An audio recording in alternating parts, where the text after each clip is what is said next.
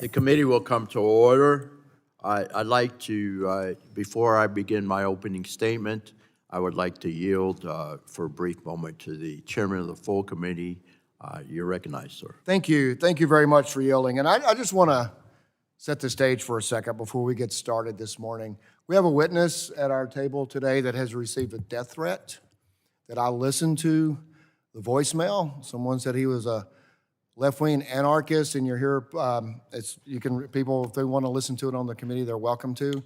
Left-wing anarchist, and you're testifying before Nazis today, and so and received a death threat for that. We have our finest on Capitol Hill here with us today, our police officers in the room. It's not typical. We're going to make sure this is a safe hearing room. We're going to make sure we have a very important discussion in front of us today. I talked to a mother yesterday, someone's going to share, that lost her son 2 weeks ago to suicide because of what was going on to him online. This is a very serious topic. Most of the bills before us are bipartisan, and I think all of them are actually, and it's an issue we all want to address, but we need to make sure we do it in the right tone. And I know my good friend who's the chairman is going to make sure this committee does it in the right tone today, and I appreciate our officers being here. And I apologize for the witnesses for what you've had to go through, because you're here to testify for protecting our children. I know there's been other things as well, and we just want to apologize for what you've had to go to. We know you do, and I've been to the Center for Missing Children, and what you deal with every day and what you have to deal with is just, it's disturbing. But I walked away going, boy, I couldn't do that every day, but I'm so happy there are people that are, because you're there protecting our children and what you see and do every day and what you have to see what our children go through. And it's just sad. But I want to just set the tone. We're going to have a safe hearing room, and we're going to have a good hearing today. We're going to focus on the subject at hand, so I will yield back. Gentleman yields back. Thank you, Mr. Chairman. Good morning, everyone, and welcome to today's subcommittee hearing to examine risks to Americans' safety online. Today's hearing is an incredible, it really is extremely important, folks, and I'm thankful we are hitting the ground early this Congress to protect ourselves from, and our children more importantly, from dangers in the online world.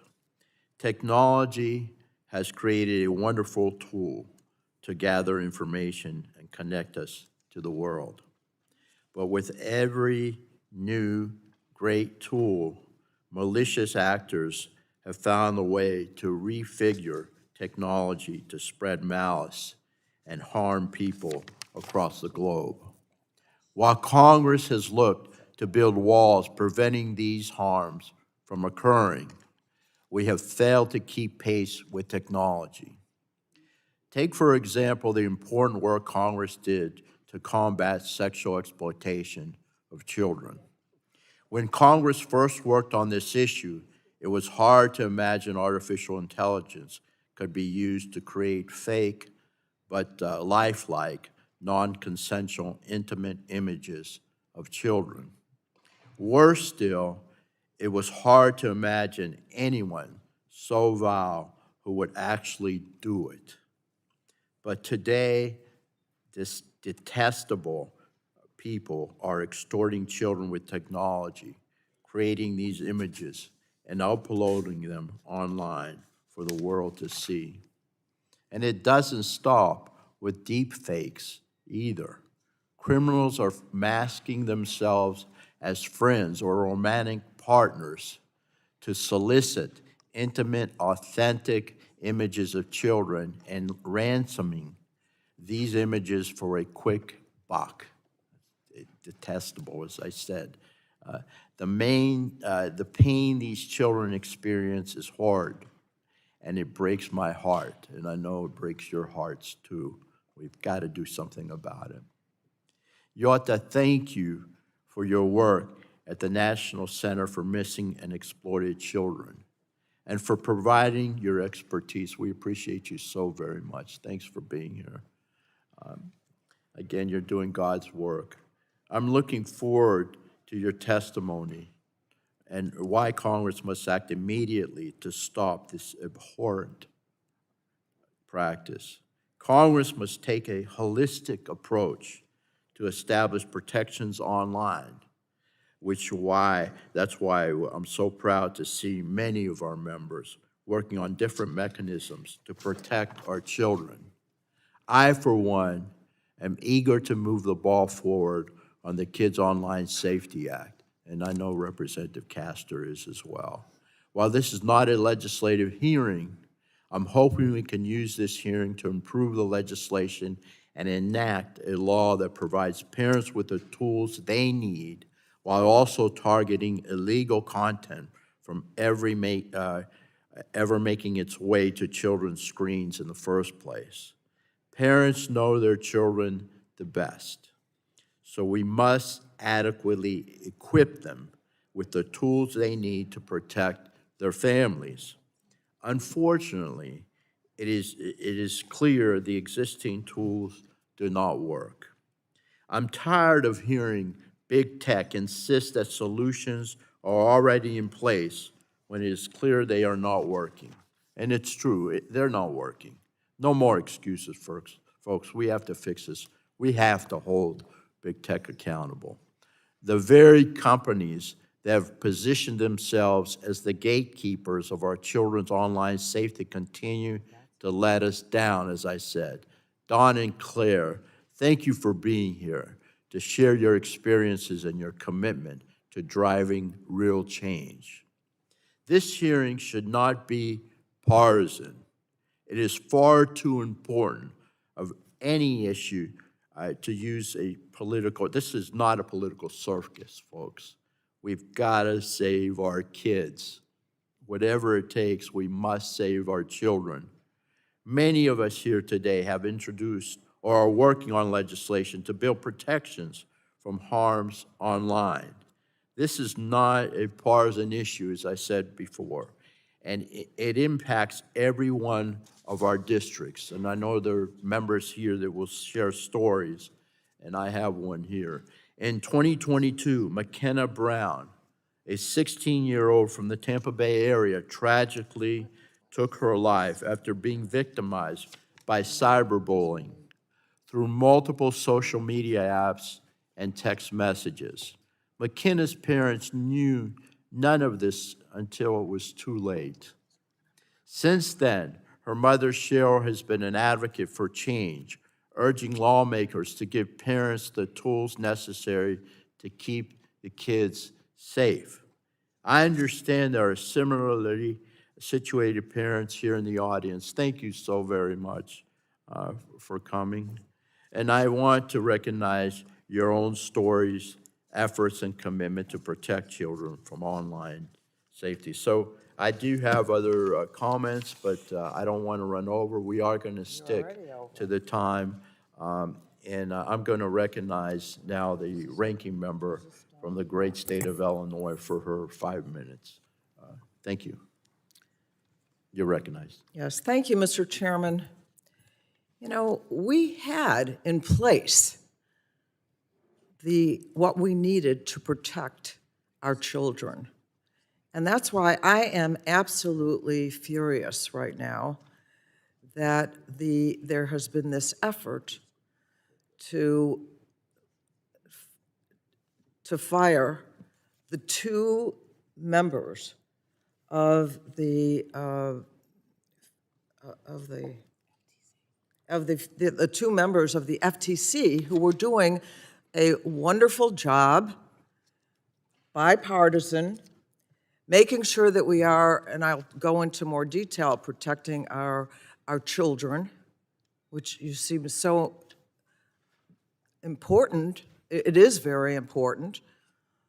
But come on, we are now seeing the effort to fire these really important workers.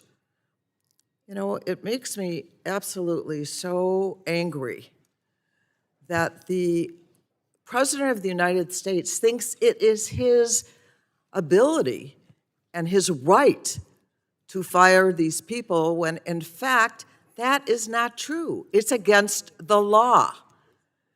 These individuals, we have two here today, that have done such great work, their term has not been over right now.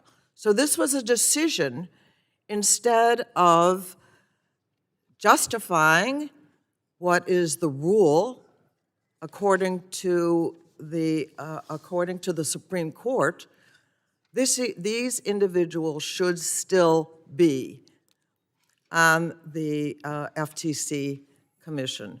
So I don't really understand why we would want to substitute others.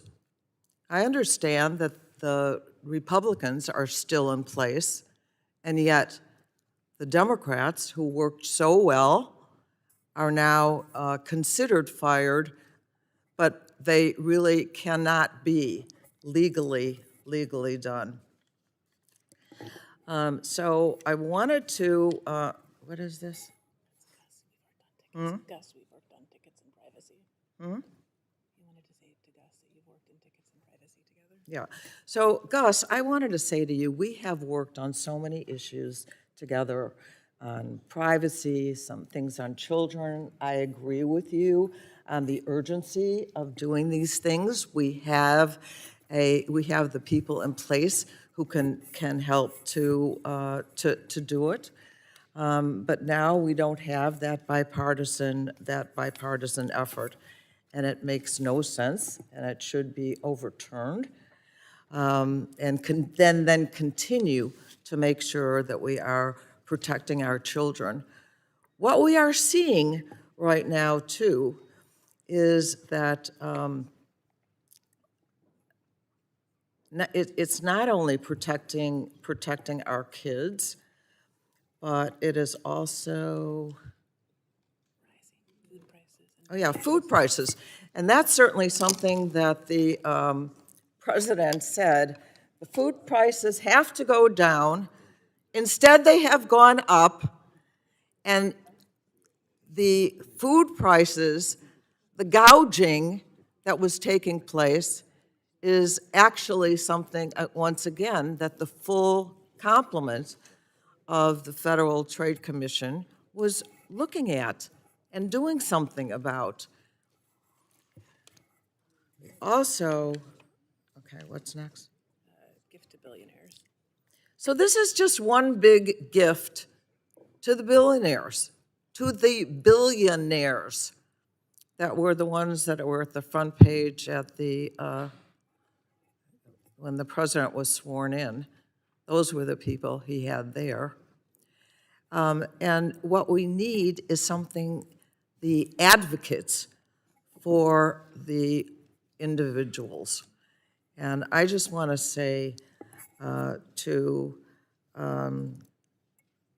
the commissioners, Bedoya, and our witness right here, what's it? Slaughter. Commissioner Slaughter. Commissioner Slaughter, who is here to talk about the work that they did. Behind her is her partner. So it seems to me that we had in place something that worked for consumers, that helped our children, made sure that there were funds for the health care that they needed, and now that now the guarantee is gone. And so I just want to say that I'm very disappointed. We didn't hear a word from the Republicans about getting rid of the commissioners. Didn't hear anything from you, Gus. And well, you know, how many minutes did you take? No, I took about 38 seconds over. No, that's And I'm not giving- true. I'm giving you over a It minute. was 1 minute and 9 seconds over, yeah. Just, Okay, I yield back. Okay, I'm going to recognize now the the chairman of the full committee for his 5 minutes. Thank you. Thanks, I Mr. recognize Chair. Thanks for the recognition, and really appreciate the witnesses being here today and all the family members here today. You know, I wish I could say that we had in place everything we needed to keep our children safe online, and we weren't having this hearing today. And this hearing is about children. It's not about what's going on here in Washington, D.C., and it's about children. It's about the families in this audience who've lost children. It's about a phone call I had yesterday with the mother of Eli Heacock, who took his own life about 2 weeks ago because of something that was going on online. He was being scammed. He was, I guess, I didn't even know the term sextortation until I started talking with her. I knew what was going on, but I didn't know that term. And he was a twin brother. And because he was a preemie, he had a feeding tube. 16 years old, had a feeding tube. And his mother said to me that, well, at least he doesn't have to deal with his feeding tube anymore when the medical examiner took it out. And so he was a kid that everybody loved, that she said, I couldn't believe people from 5 counties showed up to be at his funeral. I didn't know he touched that many lives. I mean, these are who we're here to talk about. This is what this hearing's about. And I will say to my friend, the ranking member, that we want this to be bipartisan. We want these bills to get a bipartisan vote. And if everything was in place and to be in place, we wouldn't be talking about COSA and children's online safety, which we're going to have a bill this year, or it's going to pass as soon as we can get everything we need together to do. We're going to do Take It Down Act, where that's why we're having this hearing today, to get this moving quickly. There was a bipartisan group of House members and senators who met with the First Lady, and we all saw the lady who was here during the State of the Union that was 15 years old and had fake nudes of her. Somebody took a picture of her, took her face and put it on a body, an unclothed body, and sent it out to her entire school. Could you imagine being a 14-year-old girl? It wasn't her body, but could you imagine being a 14-year-old girl and know that everybody in her school thinks that they saw her without her clothes on? How horrifying that is. There was a young lady from New Jersey, the same thing happened to her. Those are just a couple of cases. Those are a couple of cases, and they happen to people all the time. And so we're here for a very serious issue. And I really hope that I'll take my good friend, the ranking member, up on her request that we make this bipartisan, because it absolutely has to be bipartisan, because it touches everybody in everybody's district. And I know some of us on this have the phone calls like I had yesterday. And if it doesn't, I mean, I know it moves everybody. I know it moves everybody here. So what I want to say is that the Take It Down Act, which, and COSA and all these other bills that protect our children for online safety are going to be a focus of this subcommittee, focus on this committee, and we'll get them across the House floor. I know Take It Down Act has already passed the Senate, so if we move this we have this hearing, move it and mark up and move it out of committee and goes to the floor, it goes right to the president for signature and becomes law. And as I said, I wish everything was in place, and we weren't here today, but we're here today because not everything is in place. And we have the witnesses that are here that are in the front lines. And I said, I've been to the National Center for Missing and Exploited Children, and it is actually phenomenal what you do and what you, I remember walking out there going, I can't believe you see what you see every day. But you do it because you want to protect children. That's why you're there, and you have to see it because people are doing it. If people weren't doing it, you wouldn't see it. And so we have to have laws in place. That was the first bill that I ever had signed by a president. President Obama signed a reauthorization of the National Center for Missing and Exploited Children when I was on Ed and Labor when I first got here. So I just want to hopefully use my time to say, I know we've all been touched by cases in our district. We all care. We all want it to be better. We wish we could 100% fix it, but we know it absolutely has to be better. And the predators always try to stay one step ahead of us, so we have to have these meetings, these hearings. We have to have these bills. We have to continuously and vigorously, as long as I'm chairman of this committee, we absolutely will vigorously look for ways so members of Congress or people don't have to, we don't want parents to see kids from all over the south central part of Kentucky showing up and say, I didn't realize that my child had touched so many lives. We want them to grow up so their parents can see how many lives they touch. And that's what this hearing's about. And I know, hopefully, this is what we focus on. We don't focus on a commission. There's issues for that and time for that. What we're here today is focusing on how do we protect children. And I'll yield back. Thank you, Mr. Chairman. I appreciate it. Well said. Thank you, and God bless you. That's why I'm here, is to protect our kids. And I'm so blessed to have a chair and a ranking member that cares so much about our children, to save our kids, whatever it takes. So with that, I'm going to yield 5 minutes to the ranking member of the full committee, Mr. Pallone. Thank you. Thank you, Mr. Chairman. I just want to set the record straight for the people that are here today. I know I'm not suggesting that the chairman of the full committee or the chairman of the subcommittee don't care, but let's not kid the people here to suggest that these bills are going to become law. The bottom line is we passed COSA and we passed COPPA out of this committee in the last session, and the House Republican leadership refused to bring these bills to the floor. And you know why? They're in the pocket of big tech. And the big tech does not care at all about kids. If you went to the inauguration, you may have noticed that standing or sitting behind President Trump were all the leaders, the CEOs of big tech. They tell the Republicans what to do. Now, sure, our guys here in the committee are well-intended, want to do things for the public, care about the kids, but it doesn't matter because the House Republican leadership, they're going to do whatever big tech wants. Big tech does not want these bills. Appreciate your being here today, but it's not going to happen, not as long as big tech controls what goes on here, and they do. Now, for years, the members of this committee have worked together on a constructive, bipartisan basis to pass a broad array of consumer protection legislation. We've regularly delegated enforcement authority to the Federal Trade Commission, an agency that has consistently been America's strongest champion against the abuses of big tech. It's the FTC that enforces and prevents the abuses of big tech. But big tech's scammers, their exploitation of nation's children and adults, both on and offline, that's what we see every day, and it's getting worse. But I find it extraordinary that the Republican majority has called this hearing to discuss ways to increase online safety, particularly for our nation's children, while willfully ignoring the outrageous, unlawful, and unconstitutional attempt just last week by President Trump to fire 2 duly nominated and confirmed members of the FTC. My Republican colleagues must understand that President Trump's unlawful attempt to fire the FTC commissioners fundamentally undermines the FTC's ability to continue to protect American consumers.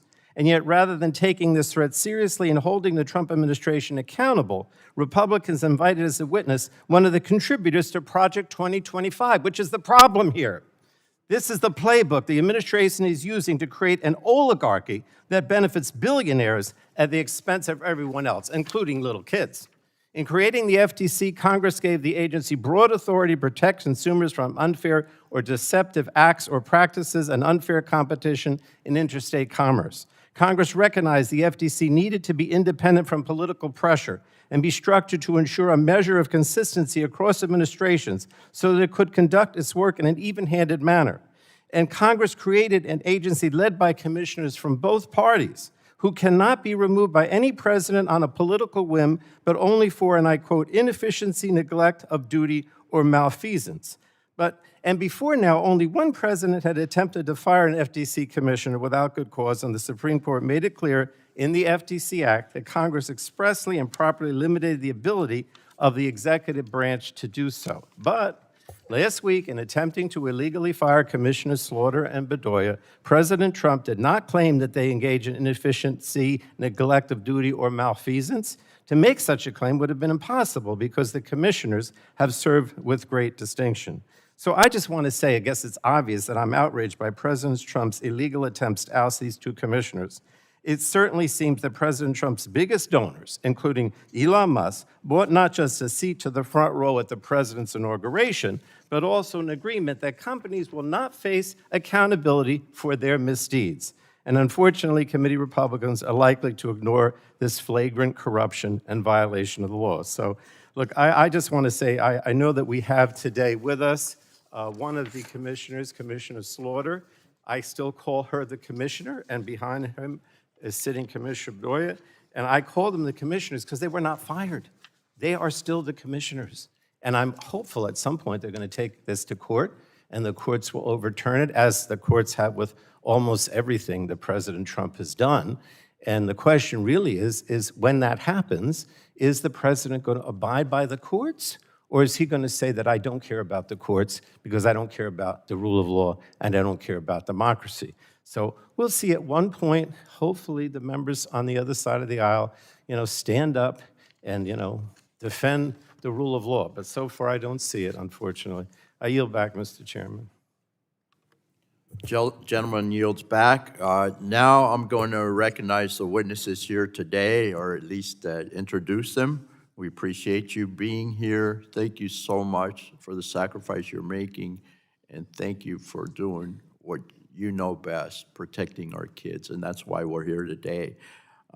First is Ms. Yota Souris, Chief Legal Officer, National Center for Missing and Exploited Children. Thanks for being here, ma'am. Appreciate it so much. Ms. Rebecca Kelly Slaughter, former Commissioner, Federal Trade Commission. Thanks for your appearance today.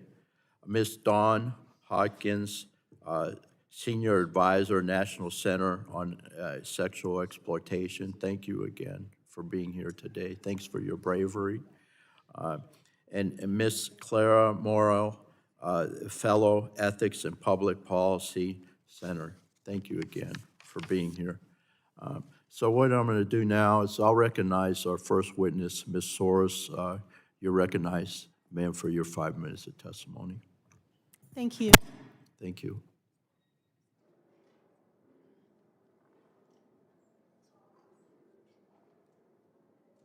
Technical issue. Thank you. Good morning, Chairman Bilirakis, Ranking Member Schakowsky, and members of the subcommittee.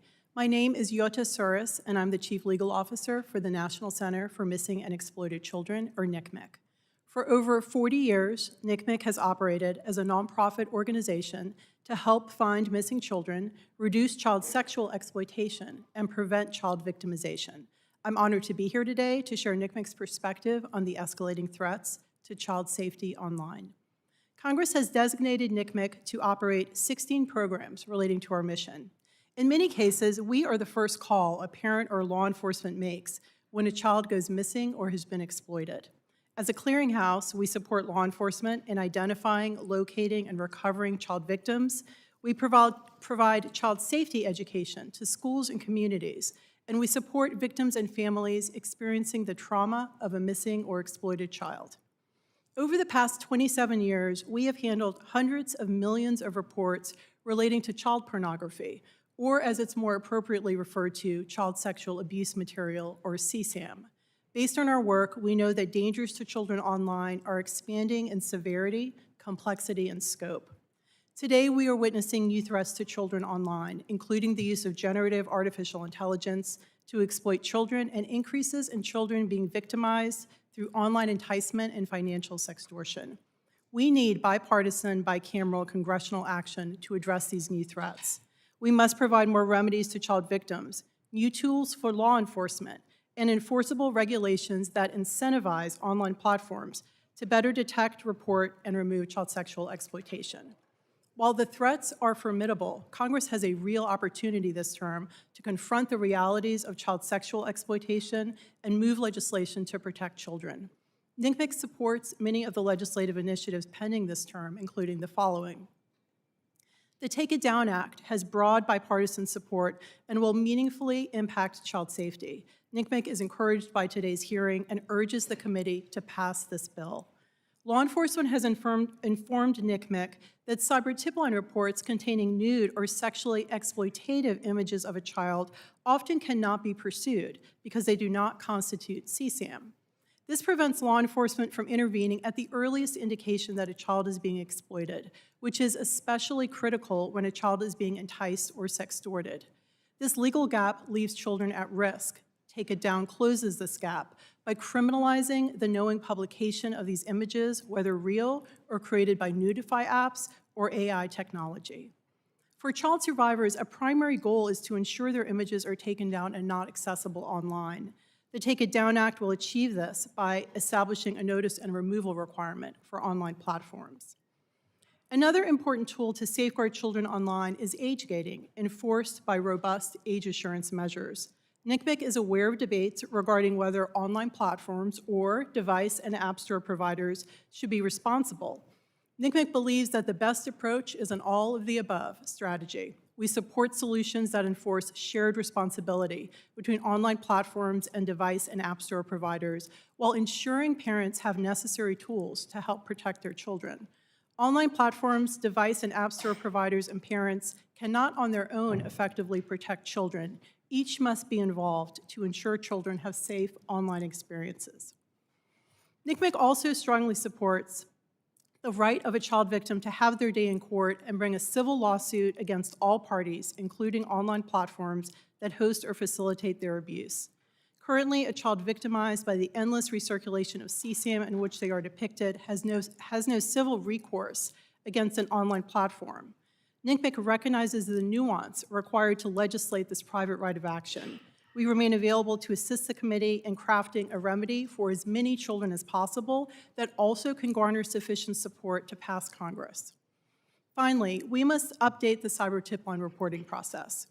Under current law, there are no requirements for what information an online platform must include in cyber tip line reports. This too often leads to companies submitting incomplete reports that law enforcement cannot investigate. Too many reports are submitted without basic information, including the identity and location of the victim and offender, and in some cases, even the actual content being reported. Platforms must be required to report specific information to the cyber tip line and to produce annual transparency reports. In closing, thank you again for the opportunity to appear before this subcommittee. NCMEC encourages Congress to pass the Take It Down Act and move legislation that holds online platforms accountable, ensures technology does not overtake child protection laws, and requires the online community to share responsibility. Like you, NCMEC believes that every child deserves a safe childhood. Thank you, and I look forward to your questions. I thank you for your testimony, and we're going to pass that Take It Down Act, believe me. Next, we have Ms. Slaughter. You're recognized for 5 minutes for your testimony. Thank you. Chairman Guthrie and Bilirakis, Ranking Members Pallone and Schakowsky, and members of the subcommittee, good morning. I am Rebecca Kelly Slaughter. I am a mother of 4, and I have been honored to serve as FTC Commissioner for nearly 7 years.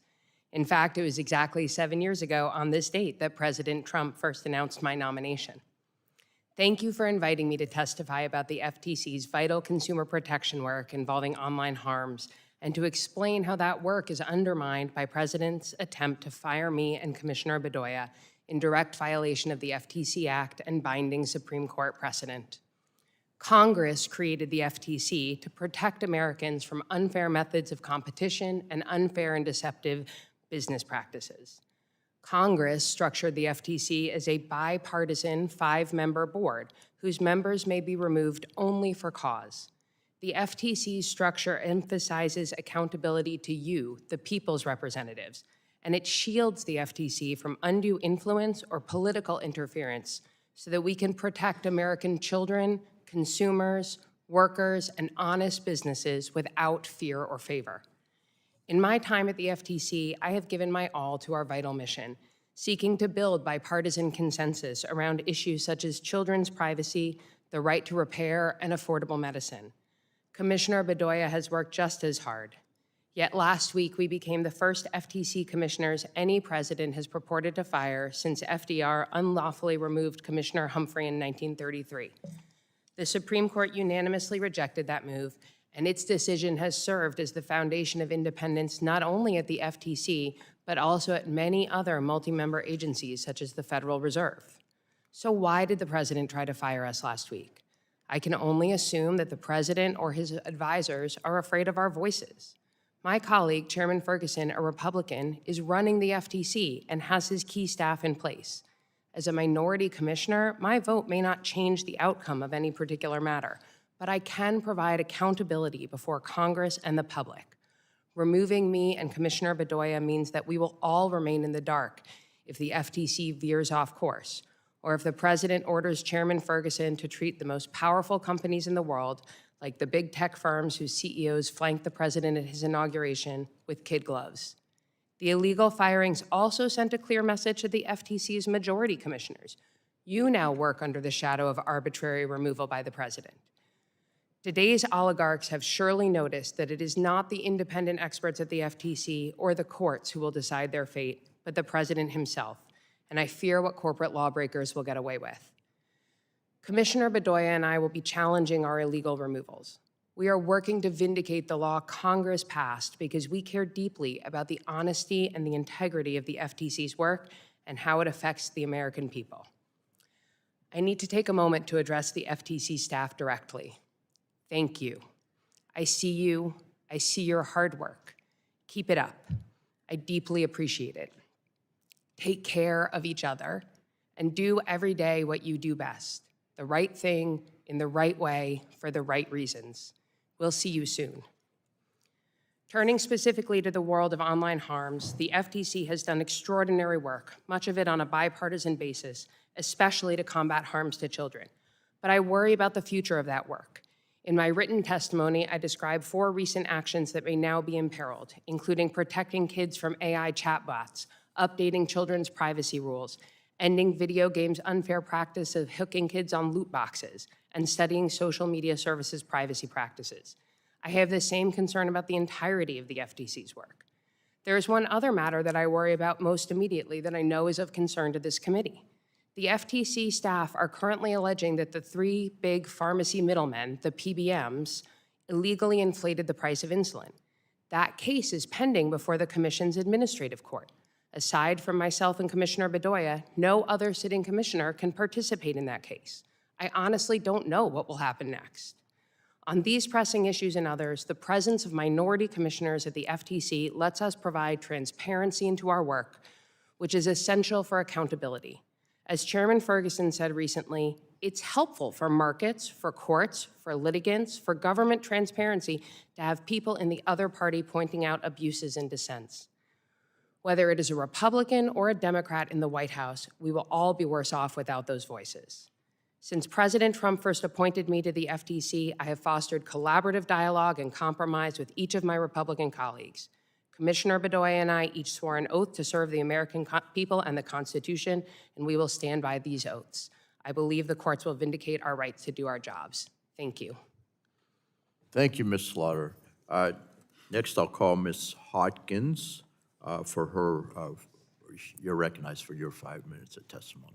Thank you, again for Chairman being here. Guthrie and Bilirakis. Thank you, Ranking Members Pallone and Mrs. Schakowsky. I'm grateful to be here among you. I'm Dawn Hawkins with the National Center on Sexual Exploitation, a nonpartisan nonprofit with the Law Center prosecuting landmark cases against tech giants. I've spent 16 years fighting for human dignity, and as a mother of 5, like millions of parents, this fight is deeply personal. Tech companies built empires on our kids' backs. They've grown more profitable and less accountable. Meanwhile, since 2019, Congress has held 23 hearings but has passed nothing to prevent harm. This can be the Congress that finally says our kids deserve better. It's been nearly 30 years since Congress passed laws to protect kids online. The Communications Decency Act, meant to help platforms remove sexually explicit content, has been distorted into near total immunity, even for platforms that profit from child sexual abuse material. COPPA, meant to shield kids under 13 from greedy advertisers, has become a loophole. At 13, companies stop protecting youth right when risks skyrocket. And now Congress is considering a 2.0 version that still locks parents out of supporting the age group most targeted by predators, young teens. That's how we got here, an internet policy built for profit, not protection. We must change the legal and economic incentives so another generation of children are not sacrificed. I want our youth to thrive online, but right now, this digital world is a danger zone, and it's not by accident, it's by design. If I, who live and breathe this work, can't protect my kids from the loopholes, how can other parents? And yet big tech tells us just monitor better, educate more, keep your kids offline. But how dare they? Parents aren't failing, the system is failing us. When Apple's parental controls take 20 steps to set up, when Roblox says strangers can't contact your child, but predators still reach them, when SnapMap shares kids' real-time location, and YouTube Kids serves sexualized or violent content through autoplay. Parents aren't just left in the dark, we're handed broken flashlights and told to find our way. Meanwhile, companies hide behind half-baked tools and PR campaigns, but it's an illusion. In the Massachusetts TikTok case, internal documents show that their reset button, designed to help teens escape harmful algorithms promoting suicide, eating disorders, and pornography, was deliberately hard to use and reset after just 200 videos. That's only 10 minutes of scrolling. Let me tell you what's really happening. A teen boy is sextorted after one image. Within hours, he spirals into despair, and he takes his own life. We've heard about Eli, but there are 41 others that I know about. His parents will never hear, their parents will never hear their laugh again because a predator reached them through the screen, and Instagram did nothing about it. In another case, a girl rejects a boy at school, and he retaliates by creating AI-generated CSAM that look just like her, and he uploads it to pornography websites, and she's still fighting to get them taken down. But apps that enable that kind of abuse are in the app stores rated safe for 4-year-olds. Another boy is targeted on Snapchat, tricked into creating CSAM. His abuse is uploaded to Twitter, viewed 160,000 times. Even after submitting proof that he was just a young teenage boy, Twitter refused to take it down. And when sued, Twitter, now X, argued that profiting from this abuse alongside sex traffickers is protected under CDA 230. Our lawyers are litigating this case right now. These stories are horrific but not rare. Apple and Google allow children, the front door to all of this is the app stores. Apple and Google allow children to silently sign contracts that give apps access to their camera, contracts, and location, yet their entire parental control system is based on age ratings. They label nudifying tools, chat roulette apps, and strip club simulators as safe for 9-year-olds. We have to act. Congress has the tools, and we have bipartisan solutions. Like car safety, online protection requires layers: seatbelts, airbags, and speed limits. 5 steps. We need to reform CDA 230 so platforms can't hide behind immunity. 2, pass the App Store Accountability Act to empower parents before harm occurs with real ratings and verified parental consent. 3, enact the Kids Online Safety Act to require platforms to design with well-being, not addiction in mind. 4, advance the Take It Down, Protect, No Fakes, and Defiance Act. And 5, don't cement the myth that teens become digital adults at age 13, as the current COPPA 2.0 would do. Predators are thriving and children are dying. It should never again be easier to groom a child than to protect one. Please don't wait. Thank you. I want to thank you for that powerful testimony. We appreciate it so very much, and we hear you. Thank you. Next, we have Ms. Morrell. You're recognized for 5 minutes. Thank you. Good morning, Chairman Guthrie, Chairman Bilirakis, Ranking Member Pallone, Ranking Member Schakowsky, and members of the subcommittee. My name is Claire Morrell, and I'm a fellow at the Ethics and Public Policy Center, where I direct our Technology and Human Flourishing project. Over the last several years, I have put out reports and model legislation for protecting kids online, now implemented in many states. I'm also the mom of 3 and author of the forthcoming book, The Tech Exit, a practical guide to freeing kids and teens from smartphones, which will be published this June. I'm here today because parents critically need better laws to back them up. If you take one thing away from my testimony today, let it be this: America's families need immediate action from Congress. Tech companies want us to believe no more legislation is necessary. They have worked to convince us that if parents just enable time limits and parental controls, children will be safe. But leaving it up to parents is failing America's children. Time limits do nothing to address the underlying addictive design of these technologies. Their products hijack human brain vulnerabilities, especially of developing brains. And a brain exposed frequently to social media resembles a brain hooked on the most highly addictive drugs. Even if a child is only on social media for 15 minutes a day, the constant craving it creates means kids are mentally consumed by what's happening on the app, even when they aren't using it. Kids take the virtual world with them long after they leave it. Social media's parental controls are also supposed to protect teens from bad actors and content, but they really only allow parents to set time limits and manage certain settings. They give parents no oversight of a child's feed or messages. Plus, the teen has to accept the parent's supervision and can cancel it at any time. In what sense is that a control? Most of the popular apps like Snapchat, TikTok, and Discord also block access to third-party controls or filters that a parent may purchase, which means when a child can get to Pornhub inside of Snapchat in just 5 clicks without ever leaving the app, a parent would never know. The ineffectiveness of filters and controls has ushered in a tidal wave of online pornography exposure among children. The average age of first exposure is now 12, and kids are not just seeing it. ER nurses increasingly see children sexually assaulting each other. America's children are suffering. Parents are exasperated. They can't do it alone. Recently, a mom found me after an event and with tears in her eyes said, "We did everything right.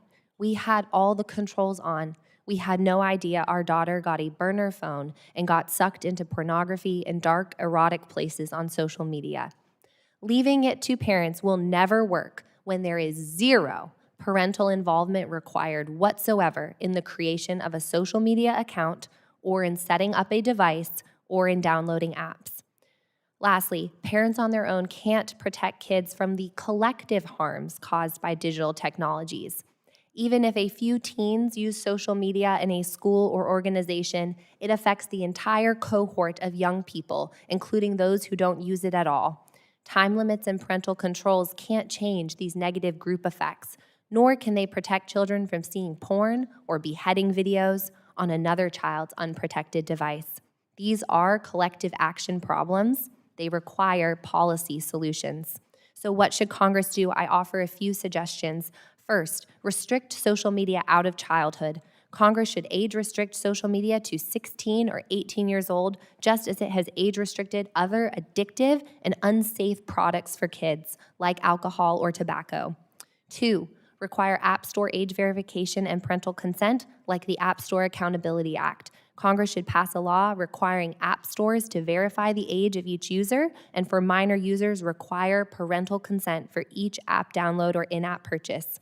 3, pass a federal age verification law for pornography websites, like the Screen Act. 19 states have now done so, but we need protection nationwide. Put the onus back where it belongs, on the porn sites rather than parents. 4, open up greater legal liability for online platforms by reforming Section 230 and by further empowering existing authorities like the Federal Trade Commission and states' attorney general with tools like greater product design liabilities for platforms. And 5, ensure there is legal accountability for AI so that companies will be compelled to make their products safe or otherwise pay the costs. Generative AI products should not receive Section 230 immunity. As a mother of 3, and on behalf of all parents across America, we need your help. Thank you for your time, and I look forward to your questions.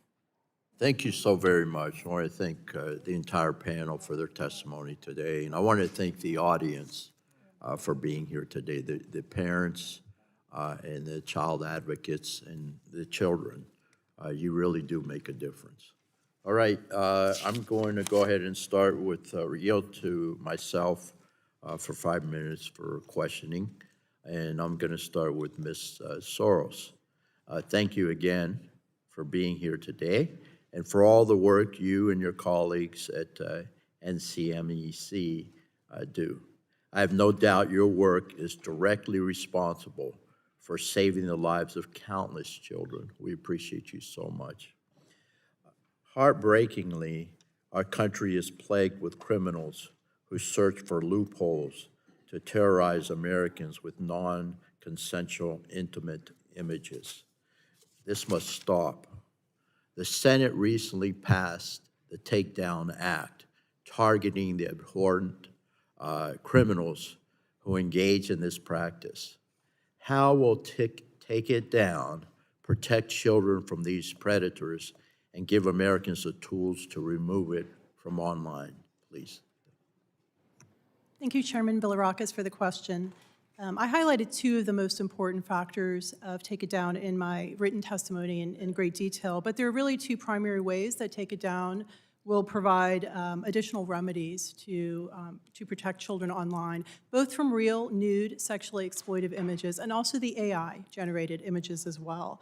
So firstly, there is currently a legal gap that makes it very difficult for law enforcement to investigate and for prosecutors to pursue cases that involve nude or sexually exploitative images of a child that do not meet the legal definition of child pornography. The legal definition of child pornography requires sexually explicit conduct, sexual intercourse, and other very extreme forms of sexual interaction. But nude and sexually exploitative images often fall short of that definition. So crucially, Take It Down will simply criminalize those images that currently law enforcement is struggling to find the proper avenue to investigate and pursue. In addition to filling that legal gap, as we talked about, the Take It Down bill will create a formal mechanism for notice and takedown, or notice and removal, as it's sometimes referred to.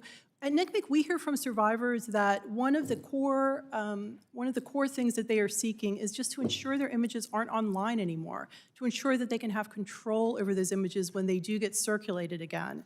So Take It Down will create really a process for a victim or somebody who's working closely with that victim to alert social media, an online platform, when a child's image is online, and then it will create a process by which that social media platform has to be on notice and remove that content within a certain period of days. Thank you so much. Next, Ms. Hawkins.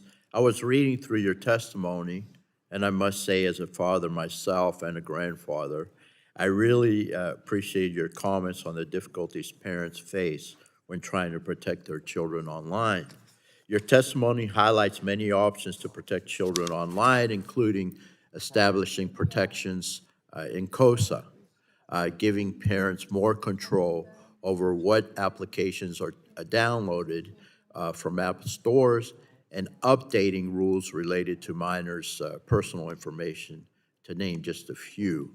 So the question is, why is it important for Congress to legislate on multiple fronts as opposed to move one bill that tackles only one of these particular issues? Thank you, Mr. Chairman, for the question. You're absolutely right. We wouldn't protect cars, kids in cars with just seatbelts. We need airbags and car seats and crash-resistant features because kids' safety deserves layers. And the same thing happens for children online. These bills all tackle different entry points for harm, such as design flaws, parental disempowerment, image-based sexual abuse, and predatory contracts. Together, they can form a net of protection, but alone they leave gaps and our children fall through. Thank you so very much. Next, I'm going to go ahead and ask this question quickly because I want to stick to the 5 minutes.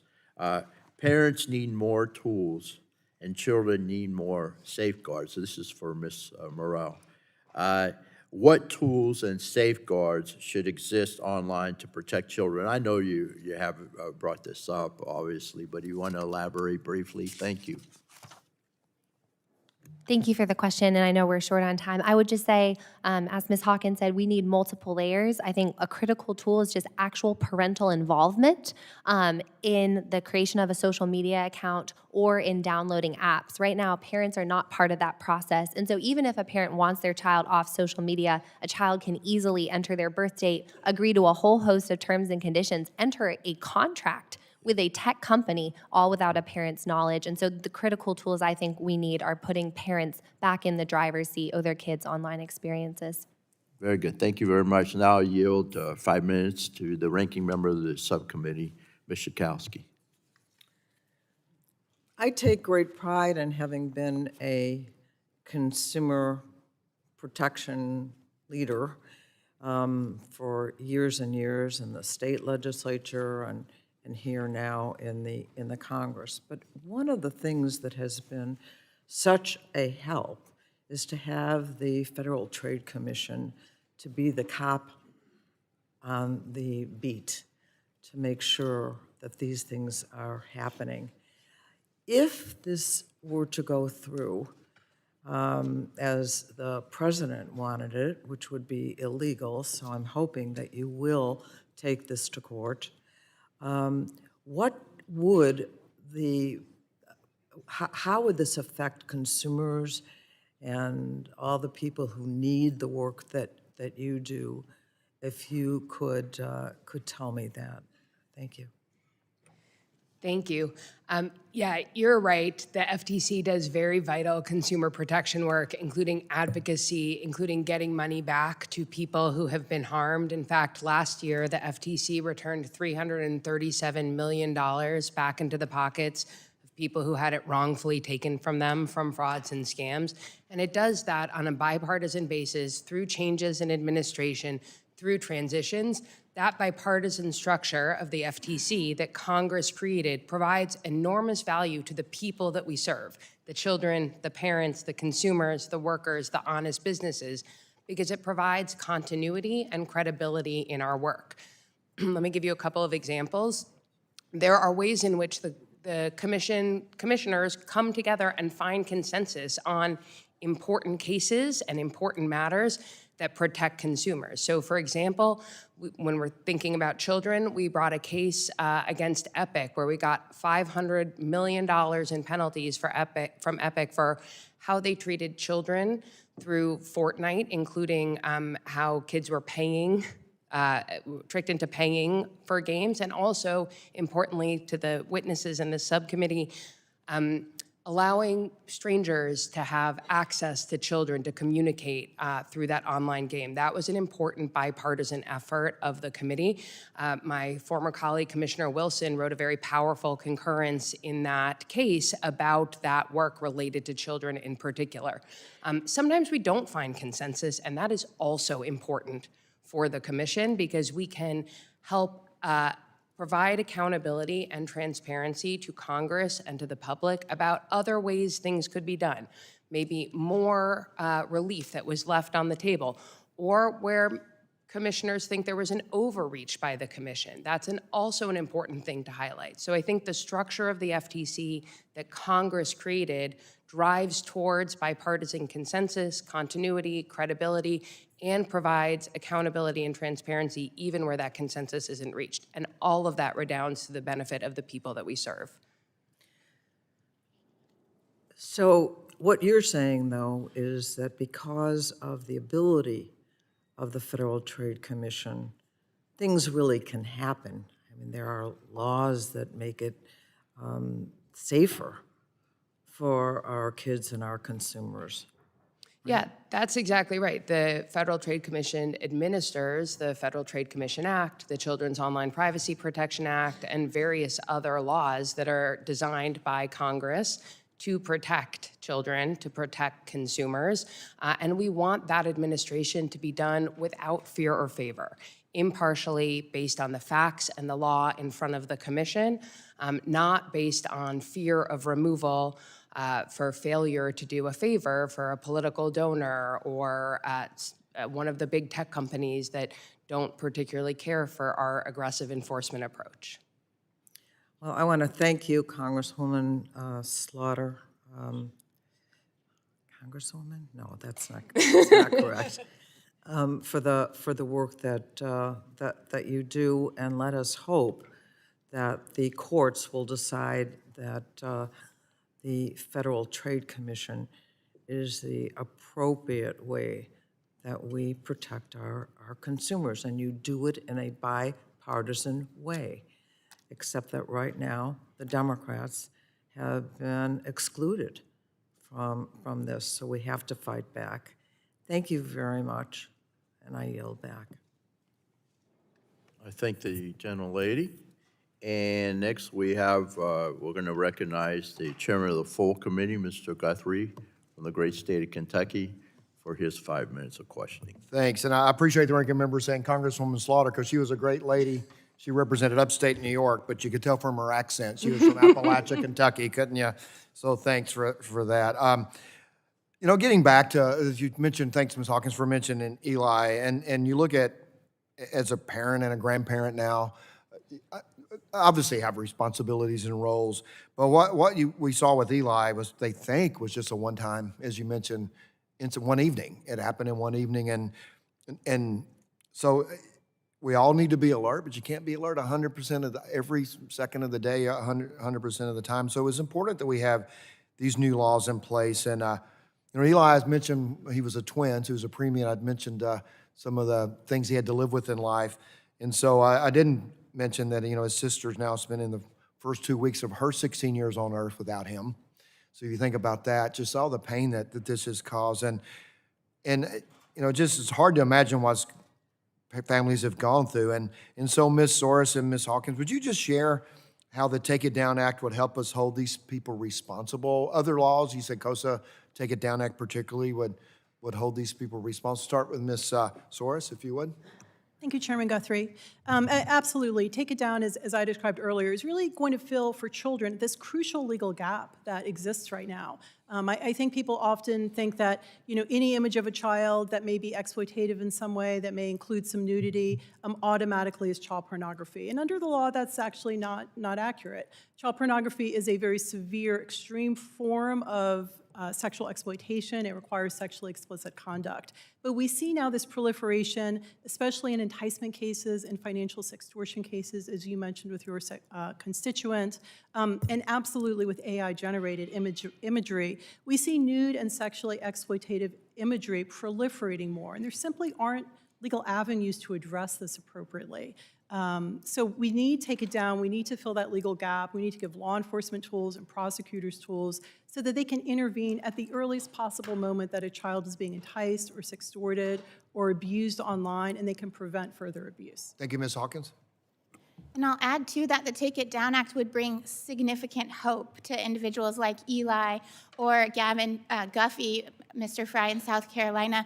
A lot of these youth feel hopeless because we're told again and again, if you make a mistake, if you take a photo of yourself, if you share it online and it gets out there, there's nothing that you can do.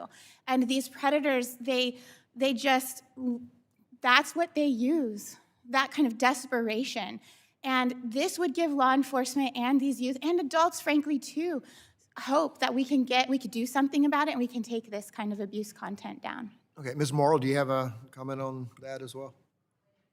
Oh, sorry. I would agree that I think I'm really concerned about the threats of AI as the kind of next wave of threats to our kids online. And I think that we need solutions that are going to make it really clear that there will be consequences if AI products are used to harm kids. Okay, so, and also the three of you again, so it requires websites and social media platforms that Take It Down Act to remove non-consensual intimate images within 48 hours of request. Finally, giving survivors and their families, giving them a new avenue for recourse. As an advocate who works with many of these families, can you speak to why providing new notice and takedown tools are so critical? You want to start, Ms. Soros? Yeah. Absolutely, thank you. As I mentioned earlier, for many survivors, it's really not about criminal remedies. It's not about prosecuting somebody. It's not about going to court with their own civil lawsuit. It's simply about making sure those images do not continue to circulate or not online. So notice and takedown programs, and NCMEC operates one. Obviously, we're a nonprofit. It is a voluntary initiative that we operate. Social media platforms can comply with our request or not when we serve a notice and takedown on a company. Do you have instances of giving a takedown notice and being told no? We have actually on our website a list of companies that are not responsive or take an unacceptably long time to respond. So that's publicly available. That's good. That is. Absolutely, and happy to provide those details after the hearing. But what the notice and takedown provision within Take It Down Act does is it codifies that. So it provides some teeth. It provides a formal process. It requires and puts companies on notice that they must actually engage. Ms. Hawkins? We have also requested our attorneys that content be removed and the companies ignore. Google, for example, told us that a victim of sex trafficking, her trafficker is in prison, that there were no signs of coercion in the material, so they wouldn't remove it. We need the Take It Down Act because otherwise this content just proliferates more and more. I'm a victim myself of image-based sexual abuse. Now that my kids are about to get online, I live in absolute fear about what my kids are going to see about me. Thank you. Thank you for showing, my time's up, but for the importance of this. Thank you. I thank the chairman. Thank you, gentleman. Yields back. Now I recognize the ranking member of the full committee, Mr. Pallone, for his 5 minutes of questioning. Thank you, Mr. Chairman. As I've said, President Trump's attempted illegal firings of the Democratic FTC commissioners is not only a blatant violation of the law, but also puts American consumers in danger of kneecapping the very agencies designed by Congress to protect all of us from unfair and deceptive business practices and unfair methods of competition. And I have to say again that I am disappointed that my Republican colleagues, including those on this committee, have remained silent as the president threatens the independence of this agency. And Republicans on this committee have routinely said that they care deeply about protecting all people, and especially our kids, from online harm. I heard you all say that today. But now you remain silent as the agency that protects consumers is threatened. And make no mistake, this is just the beginning. President Trump has sent a clear message that he's willing to ignore the rule of law and Supreme Court precedent to benefit himself and his billionaire buddies. So, Mr. Chairman, I'd like to ask, is he not? Chairman Guthrie's not here, right? No? All right, then let me ask Chairman Bilirakis, are you planning on holding an oversight hearing or any kind of hearing to demand answers from the Trump administration about this illegal action by the president with regard to the FTC commissioners that I believe harms consumers and harm our children? Are you planning on any kind of hearing on that issue, if you will? Yeah, look, I don't have, I have to speak with the full committee chair and I'd be happy to discuss it with you as well. The three of us can get together. As a matter of fact, we can even talk to the ranking member of the committee, the subcommittee. So, yeah, we can have those discussions. All right, I appreciate that. I'm concerned that as President Trump escalates his attacks on our democracy and gleefully destroys the institutions created by Congress to benefit all Americans, I just wonder if there's any action that President Trump could take that will result in an oversight hearing on this committee. Because I do believe that part of this committee's responsibility is to review actions taken by the president, regardless of the fact that he is a Republican. And the illegal attempted firing of Commissioners Slaughter and Bedoya, I think, is just the beginning. And if my Republican colleagues refuse to speak out, they're going to show everyone that they're willing to put the profits of big tech billionaires ahead of kids' online safety. So let me go to Commissioner Slaughter. In your view, if this illegal move is allowed to stand, is anything stopping President Trump from removing any sitting commissioner, including those from the Republican Party, for launching investigations he does not agree with or refusing to dismiss cases against his crooked big tech buddies? I know you got into this a little in your opening, but you got 2 minutes. If take the 2 minutes if you can to talk more about it, if you will. Thank you, sir. You're correct. The same constitutional and statutory principle that protects me from removal, protects majority commissioners from removal, protects members of the Federal Reserve Board of Governors, protects members at many other agencies. And so if I can legally be removed in violation of the plain language of the statute, I don't think there's anything that would stop other commissioners from being removed, including the majority commissioners.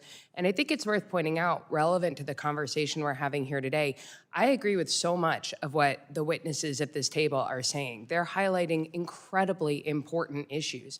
My colleague, Commissioner Bedoya, has been a particular thought leader on the issue of kids and the attention economy and online addictive behavior. This is something we care incredibly deeply about. And in fact, in January of this year, we took the unusual step of making public the fact that the FTC referred to the Department of Justice a complaint against Snap for the harms caused by its AI chatbot directed at children. My colleague, now Chairman Ferguson, dissented and expressed concerns about the First Amendment rights of those chatbots. That's an important conversation that we can have on a bipartisan commission, but the underlying concern about the harms to kids as these technologies are developing is enormously important, requires bipartisan attention. And I really worry that not only is the commission deprived of the voices of myself and Commissioner Bedoya, but that the Republican commissioners at the FTC will similarly feel pressure to avoid taking actions that may be consistent and required by the law, but unpopular with some of the president's supporters. Thank you so much. I yield back. Gentleman yields back now. I recognize the Vice Chair of the Subcommittee, Mr. Falter, for his 5 minutes of questioning. Thank you, Mr. Chairman. Mr. Chairman, I have to admit, I might be a little bit confused if I'm in the right committee hearing. We seem to have got sidetracked into presidential branch personnel discussions and food prices. So I do have some questions, but they have to do with kids' online safety and that subject matter. Am I in the right place? Do I have that subject matter correct? All right, thank you. So, Ms. Morrell, this question has to do with Section 230 immunity, and we've had a lot of discussions on that in the past, but I'd like to just talk with you for a minute about how Section 230 immunity protection should apply when you insert an AI algorithm to that. This is uncharted territory for us, and could you just, do you believe that immunity protection should be in place if there's an AI algorithm that's clearly changing the content or redirecting it? I do not. I think it's clear that AI products are not hosting third-party speech. Section 230 was meant to protect platforms for liability for hosting third-party content. AI chatbots, AI tools are actually a product. It is product design. It is not meant to be protected by Section 230, and it is not hosting another person's speech. It is a computer-generated product.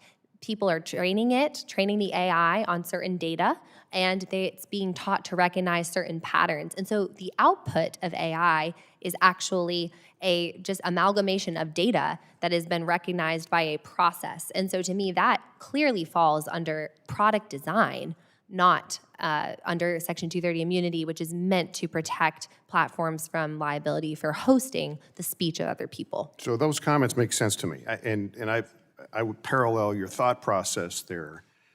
Our challenge as a legislative body is trying to put this, how do we put this into a legislative format? And if we're able to do that, how do we make that enforceable? And I realize this might be out of your lane, but if you have any comments on that, I'd be interested in hearing enforceability. Yes, my brief comment would be, I think a very narrow solution would just be a clarification, and a bipartisan bill was introduced in the Senate to this effect last Congress, that would just clarify that Section 230 immunity should not apply to generative AI.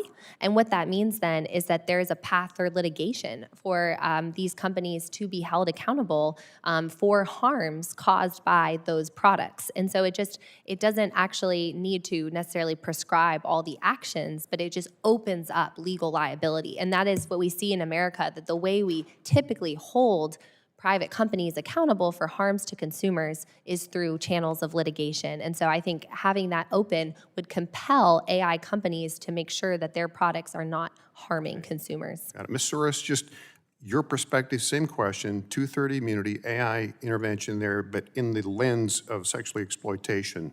Your comments or thoughts? Absolutely. So I definitely join in the opinion of my colleague at the end of the panel table. I would also add that AI is actually joining as a partner in content creation. So in addition to simply not hosting third-party content, it is part of the creative process. We see offenders going on using text or image-based AI tools to really create the vision that they have for what they want to see, what kind of sexual exploitation they want to see of a child, to engage with AI sexually as a child. So again, AI clearly is beyond the scope of Section 230 because, again, not hosting, but actually creating content with you as the user. My view, and I would want to give it a little more deliberation, I don't think that needs to be clarified within Section 230. I think we need to see lawsuits filed, and we need to see how courts will address this, because when you look at what AI is doing, again, it is clearly outside the scope of what Section 230 was intended to So I'm going to stay with you. We've only got 30 seconds left, but on the same vein, deep fakes, and I'm concerned about the impact of that. is there a legislative or is there a role for Congress in perhaps identifying digital forgeries or quick comments on deep fakes and how we might deal with that with enforcement? Absolutely. I would just highlight 3 items. So we're dealing with criminal provisions and take it down. I think there also is room for Congress to look at civil remedies as well for victims who are abused or exploited through deep fakes. But I also think Congress has a real very important role in looking at preventative measures. How are companies, AI companies, being allowed to red team, to use technology to ensure their products are safe before they rush to market? Okay, thank you for that. Mr. Chairman, I yield back. I appreciate it very much. Thanks for yielding back. And now I'll recognize my friend and partner in the COSA legislation that we're going to keep pushing forward, get it across the finish line this time. And I'll recognize my fellow Floridian, Ms. Castor, for her 5 minutes of questioning. Well, thank you, Chairman Bilirakis, and you deserve a lot of credit for helping to hammer out the Kids Online Safety Act and moving the legislation through committee last year. You know, for many years, the committee has worked on this because the online harms to kids, the exploitation is plain as day to parents and families across the country. Big tech platforms use their manipulative designs to addict kids to their products and funnel them to harmful or exploitive content. They collect massive amounts of personal information, some of it incredibly sensitive, to fuel their algorithms, always elevating their profits over kids' safety. That's why I partnered with Brett Bilirakis and Tim Walberg, leaders in the Senate, a lot of the advocates in the audience today to help establish safeguards for kids online. COSA would provide young people and parents with the tools, safeguards, transparency needed. It's a design code. COPPA, the Children's Online Privacy Protection Act, bans the big tech platforms from collecting the private data. You need both working together. COPPA, remember, would ban advertising targeted to kids and teens, create an eraser button for parents and kids to eliminate that personal information online. But both rely on a strong Federal Trade Commission to enforce the law. The bills passed out of the Energy and Commerce Committee on September 18th of last year. So we pressed the Speaker to bring them up for a vote. It was passed bipartisan in the Senate, over 60 votes, probably, I think it was about 90 votes. September 18th, October, we pressed the Speaker Mike Johnson and Steve Scalise to bring it up. We pressed in November. Parents and advocates kept on it. They pressed in December and are demoralized today because the Republican Speaker and Majority Leader blocked it. Even in the face of the Surgeon General's report, the higher rates of suicides, all of the tragedies that are all too plain today, the pornography that is so exploitative online, and all of the addiction. So then the parents, I have to say, were very dejected, as many of us were at the inauguration, to see these big tech CEOs have a front row seat at President Trump's swearing in. And then what happens last week? The president takes the cops off the beat, the folks who are charged with enforcing kids' safety laws, privacy laws. It's illegal. What they've done to Commissioners Bedoya and Slaughter is illegal. The law that Congress passed years ago directed the commission to be bipartisan, independent. It's an enforcement agency to protect Americans from unfair and deceptive practices.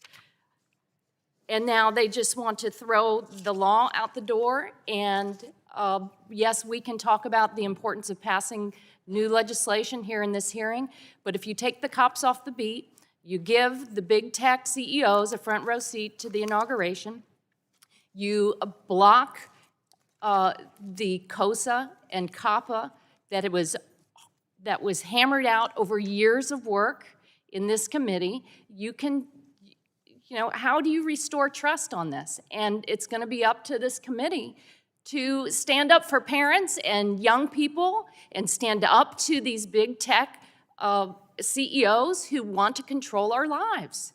And they're willing to sacrifice our kids' well-being for their profits. And I ask my Republican colleagues, please join us in this. Say something about taking the cops off the beat from the FTC. Commissioner Slaughter, thank you so much. You were working with your colleagues to address youth safety and privacy online. What do you recommend now going forward for this committee? And how can we restore the cops on the beat back at the FTC? Thank you. I agree with you, excuse me, and I agree with the witnesses here that there are important laws that Congress needs to pass. I've been really concerned about whether the statutory tools the FTC has right now are up to the job, and I've advocated for privacy legislation and other tools, but the really important question is, how will those be administered? If Congress can pass the laws, how will they be administered, and will they be administered without fear or favor, which is what every American deserves, and especially what every parent sitting in this audience today deserves. I can't tell you how deeply moved I am personally by the stories that we're hearing, and how very much I want to be able to get back to work on behalf of these parents and other parents out there. We need an FTC that is fully composed to be able to do that administration of the laws without fear or favor and help protect our kids. Thank you very much. I thank the gentlelady. Gentlelady yields back. Now I recognize Ms. Harshberger from the great state of Tennessee for her 5 minutes of questioning. Hey, thank you, Mr. Chairman, and I want to thank the witnesses for being here today. I want to thank you for speaking up for our kids. You know, if the examples against innocent children that you provided in your testimony do not give us members a righteous anger about this issue, then we just better check our very soul. And as a parent, and I know there's parents in the audience who have gone through this, and I am so sorry for you, because it could happen to anybody. Don't ever think that you are exempt from this happening. Young people, you listen. If you read the testimony of what happened to these children, you probably wouldn't let them online, or you probably wouldn't get online.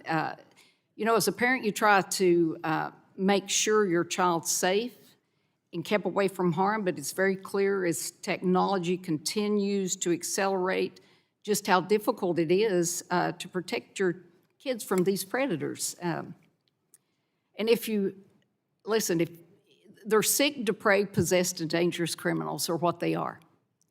And if you really, really want to know what I think they should do with these once law enforcement catches one, then you see me after this hearing is over, and I'll be happy to tell you what I think. I want to start with Ms. Soros. Your very powerful testimony gave horrifying accounts of children being preyed upon by adult sex offenders. With the data already available, how can platforms better identify users who are posing as children? Thank you for the question. In every other industry, there is a concept of know your customer. It's what provides safety and compliance, and that simply does not exist online. It does not exist for social media companies. So, you know, that is certainly first and foremost. They need to know who's getting online, how they are registering, if they are representing themselves truthfully, whether they're an adult, whether they're a teenager. We've seen in some of these sextortion cases that individuals are creating profiles, you know, grown men, adult men are creating profiles indicating that they are a 15, 16-year-old girl. They're allowed to post photos and create a whole persona online that to a child, especially a child who's very trusting, who's only been online for a few years, seems very authentic. Yeah. So, you know, I would definitely say they need to know their customer. There needs to be transparency reporting around how social media platforms are accomplishing that task. And there also needs to be age assurance. I think all of us have touched on that issue a little bit, that there's still a lot to be determined around how best to effectuate that. But we need to create spaces for children online that are safe. You know, we allow children to get online, have private conversations 24 hours a day with whoever is online, exchange content, videos, and images. We would never allow that in real life. Yeah. So we need to understand the environment, and we need to work together to accomplish that. Do you think this information could prove an asset for parents monitoring their child's online activity to ensure they're interacting with their peers and not some sick, perverted monster who deserves to be locked up until Judgment Day? Absolutely. I think all of us, agree that parents play a role here, but tech companies need to meet them, I would say, more than halfway. They need to provide tools that are comprehensible, that are easy, that are accurate, and they need to provide transparency so parents actually understand how the algorithms work and how the apps work.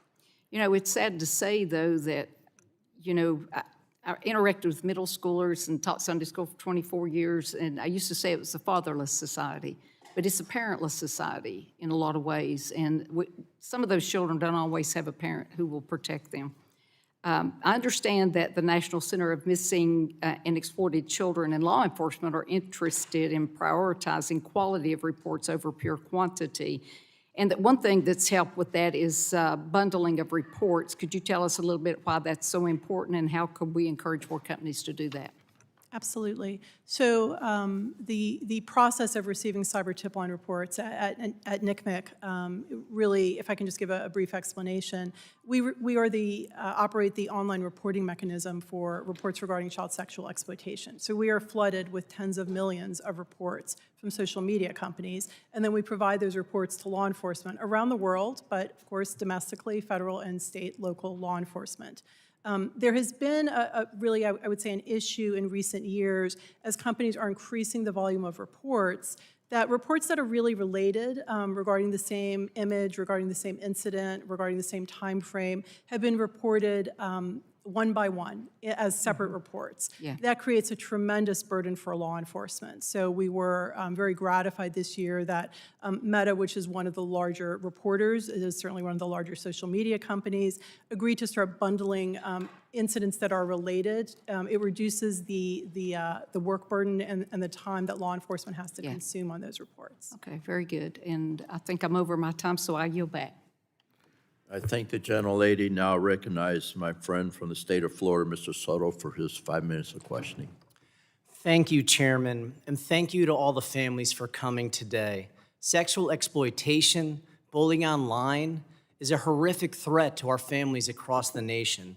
Democrats, we support COSA. We voted for it already last term. We also support the Take It Down Act. And we stand with the families here today and the excruciating stories that you've had to tell us. The reason why we're so furious is because President Trump just illegally fired 2 of the 5 Federal Trade Commission commissioners. They're here today, both Ms. Slaughter and Mr. Bedoya. The FTC is already charged with protecting kids online. And so when these folks are fired, it's just outrageous to see no one say anything about it.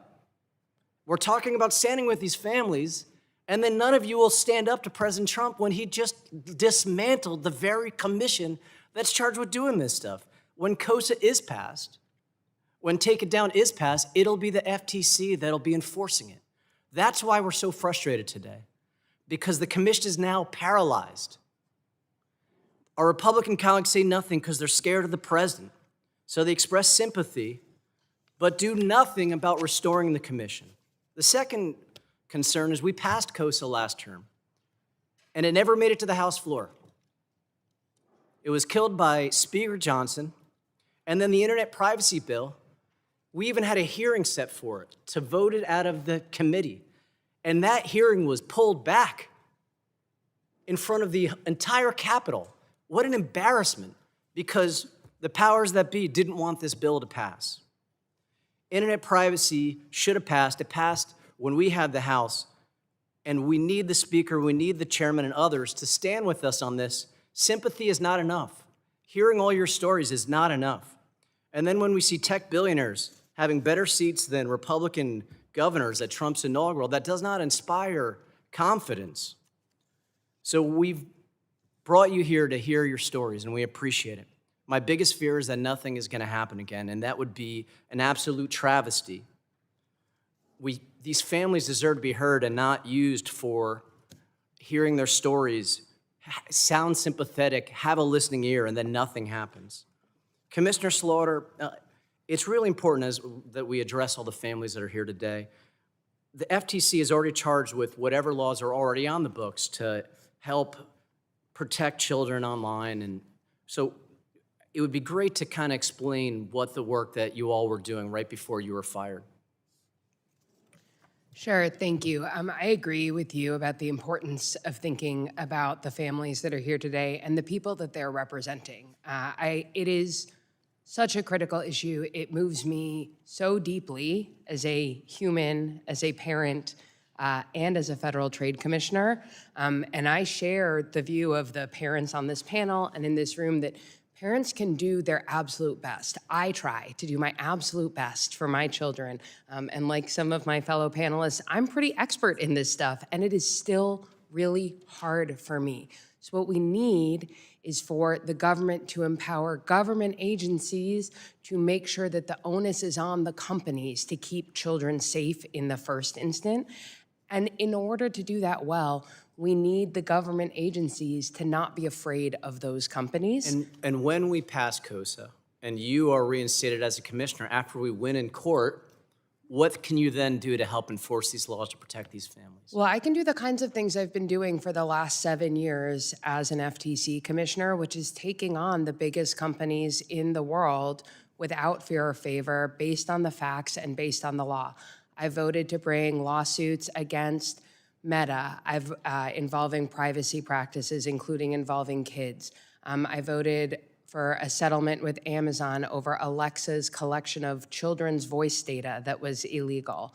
I worked with my colleague, Commissioner Wilson, a Republican, and my former colleague, Commissioner Chopra, a Democrat, to set up a study on social media and video streaming services privacy practices to provide transparency to the public, to this committee, to Congress, about all of the data that is collected by these companies and how it is used. And that study was finally published this fall. We brought cases I mentioned against Epic involving communication with children and tricking children into payments. I referenced in my testimony a case we brought just last fall against Genshin Impact for loot boxes that trick kids and get them hooked into gambling with their parents' money online. Thank you for the extensive things you're doing. Members, these families don't need our sympathies. They've come here today for action, and I plan to vote to support these bills.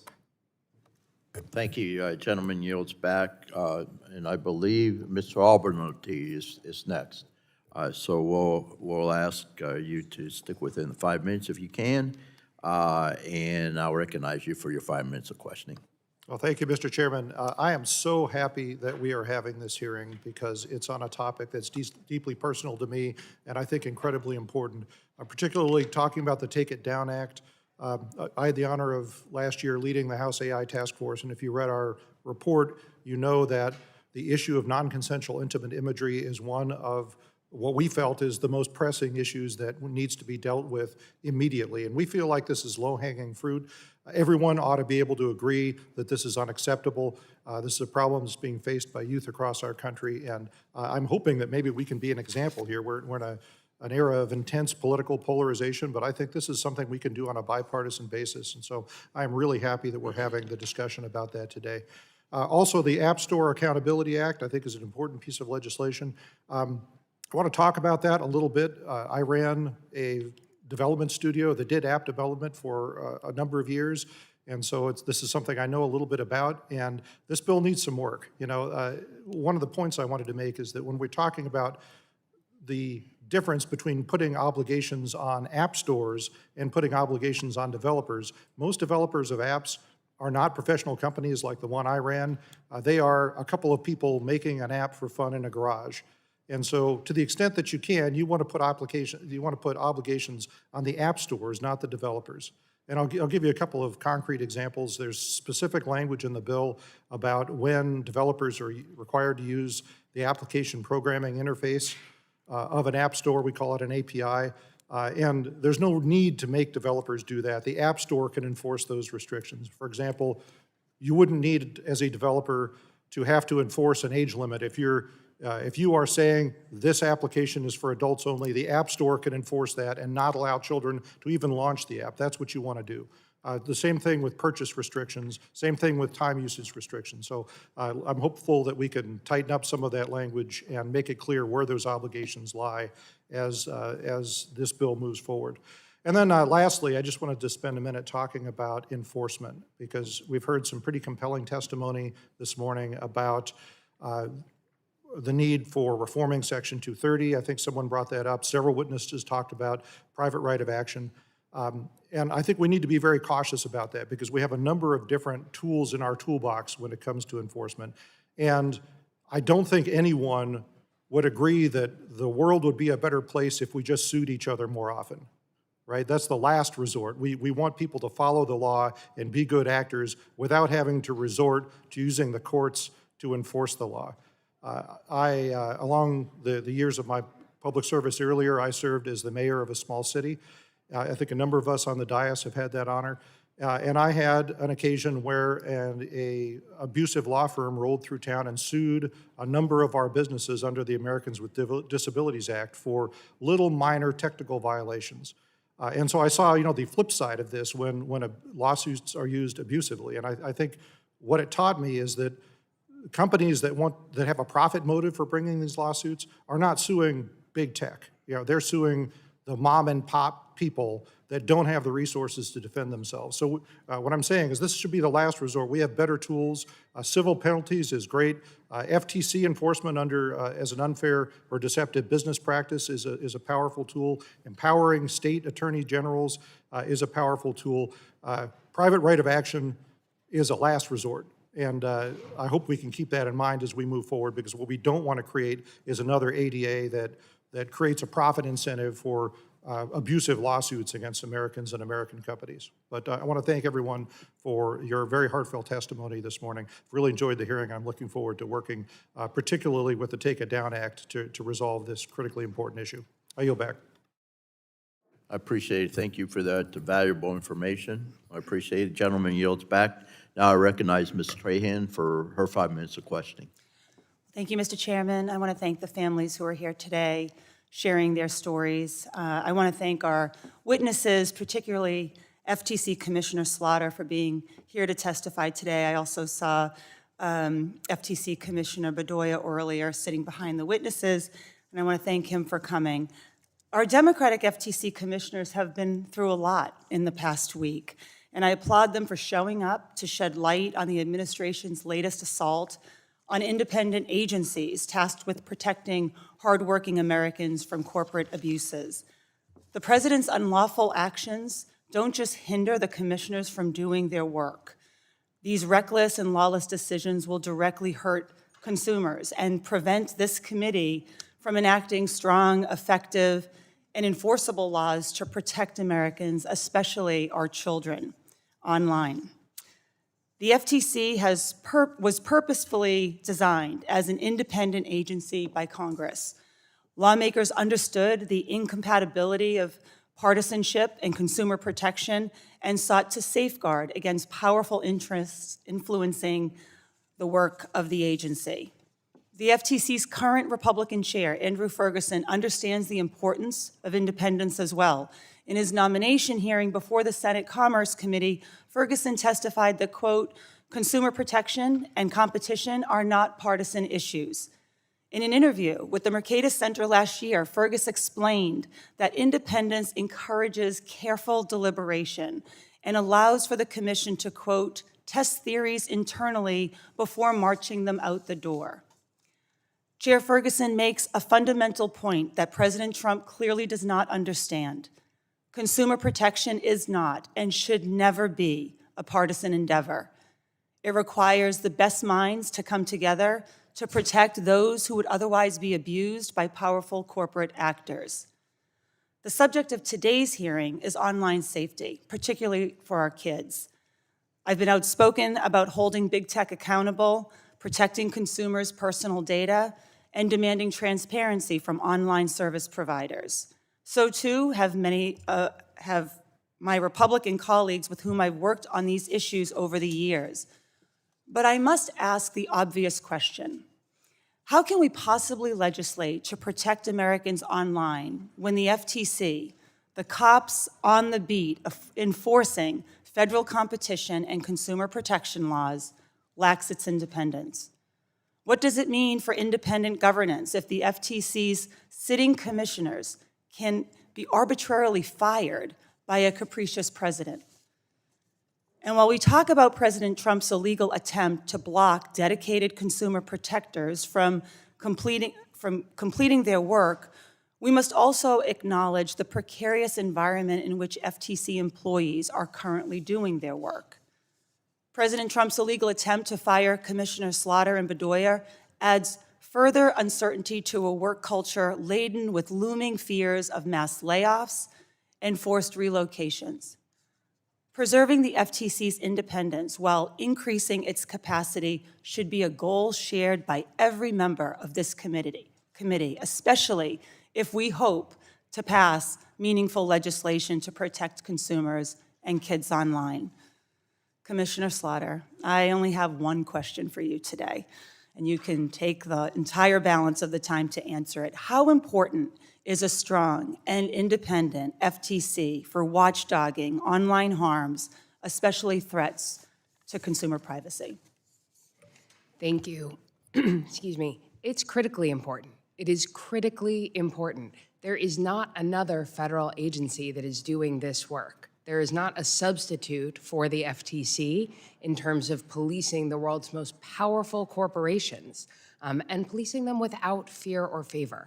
I think there's also no substitute for the FTC in terms of the work we do to provide transparency and accountability through our market studies, through our research program, through our testimony to Congress. That is work that I have been so honored to do, first as a minority commissioner, then as a majority commissioner, and now as a minority commissioner again. I've seen all sides of it, and I've seen the real benefits that the American people get from having a balance of perspectives on the FTC, the way Congress designed, and the way the Supreme Court upheld almost 100 years ago. Well, thank you for your service. I yield back. I thank the gentlelady. Now I recognize Ms. Kamek, my fellow Florida Gator. I recognize her for 5 minutes of questioning. Well, thank you, Mr. Chairman, and thank you to our witnesses for being here today as we examine the many dangers that exist in what some have rightly called the Wild West of the internet. Today's hearing, the World Wide Web, examining harms online, could not be more timely. From exploitation to manipulation, we know that the internet has become a breeding ground for serious threats, especially to those most vulnerable, our kids. I want to begin by personally apologizing to the parents and the guests here in the committee room today for the behavior of some of my colleagues. We are here to focus on kids and the issue at hand, not play liberal catchphrase, talk about food prices, or talk about billionaires. Anything that deviates from that is politically motivated, and it is disgusting. And I am so sorry that you are in this room championing this issue because you have had an experienced tragedy in your family. I am so very sorry. And I hope that my colleagues will apologize. For me personally, I want to focus on the most disturbing and deeply personal harms facing some people online. I don't want to talk about employment status from a former commissioner. I want to talk about the kids that are facing these tragedies. So I'm going to start with you, Ms. Hawkins. Online platforms are fueling the wildfire spread of non-consensual intimate images, including the AI-generated deepfakes, which have been talked about here today. There is zero accountability. Do you believe that Congress should hold these platforms liable, and I'm using the word liable deliberately, when they knowingly allow this kind of harmful content to stay up? And what kind of enforcement tools do we have in our toolbox? Because there is, in fact, more than one. So for the record, would you please describe? I'll say that if we upload a clip from Disney, a Disney movie, it's removed immediately by big tech. But if sexual abuse is uploaded, the most horrific moments in our lives are uploaded to the internet, it's monetized, and it garners thousands of views and downloads and shares. There's so much that we can do, but as long as tech has no incentive to listen to survivors, to remove this material, we will see no change. The Take It Down Act would do that significantly, but so too would sunsetting CDA 230. This committee almost called for that last year. The problem right now is tech is not coming to the table. We must have them at the table to negotiate and figure out the right solution. I agree with you, and I'm disappointed to hear that all of a sudden one side is against big tech when all along this has been a bipartisan issue. We have seen conservatives censored online. We have seen progressive voices censored online. There has been a collective call for reform with the big tech companies, and this is another example where we can come together in a bipartisan way, in this case, to protect our kids, especially online. And beyond the FTC, because there seems to be a lot of focus on former Commissioner Slaughter's employment status, can you talk about the FTC, but also the partners in order to enforce how we go about holding the companies accountable, taking the content down? How do we help give our survivors and the victims resources? I'm not an expert on the FTC, but from what I understand, and I've seen, is we don't have the laws on the books right now for us to protect children online. It's not strong enough. Congress must act. Right now, we need, there's so much to say to that. One thing I want to transition and explain too is the app stores. Right now, that's the gateway. Almost all of our youth, the content that they're consuming is through the app stores. We can see such significant progress if we just make them accountable and provide parental opportunities. Absolutely, and I think there is a coalition of apps that are working on this and other issues in the periphery, which will be very beneficial. I want to jump to the state laws that are currently on the books, and we know that as every state continues to add the laws, it becomes this patchwork deal where Congress will be forced to act, and we do need to act, and I agree with the chairman that yes, we will take action, and we are willing to go it alone if need be, because this is the right thing to do for parents, for families, and for kids. But almost every state currently has laws on the books today that protect people from non-consensual imagery. But 20 states are now only covering deepfake specifically. Now, given that, talk about at what point is the tipping point for Congress to step in? Mm-hmm. The reality is that those laws largely only focus on the initial creation and upload of the material. And what we know is immediately once this material is uploaded, again, thousands of views, maybe within hours, countless downloads. And it's quite inefficient. Congress brings efficiency here, and we need more, energy, and we need a solution that holds the tech companies that forces them to listen to us when this is happening to us.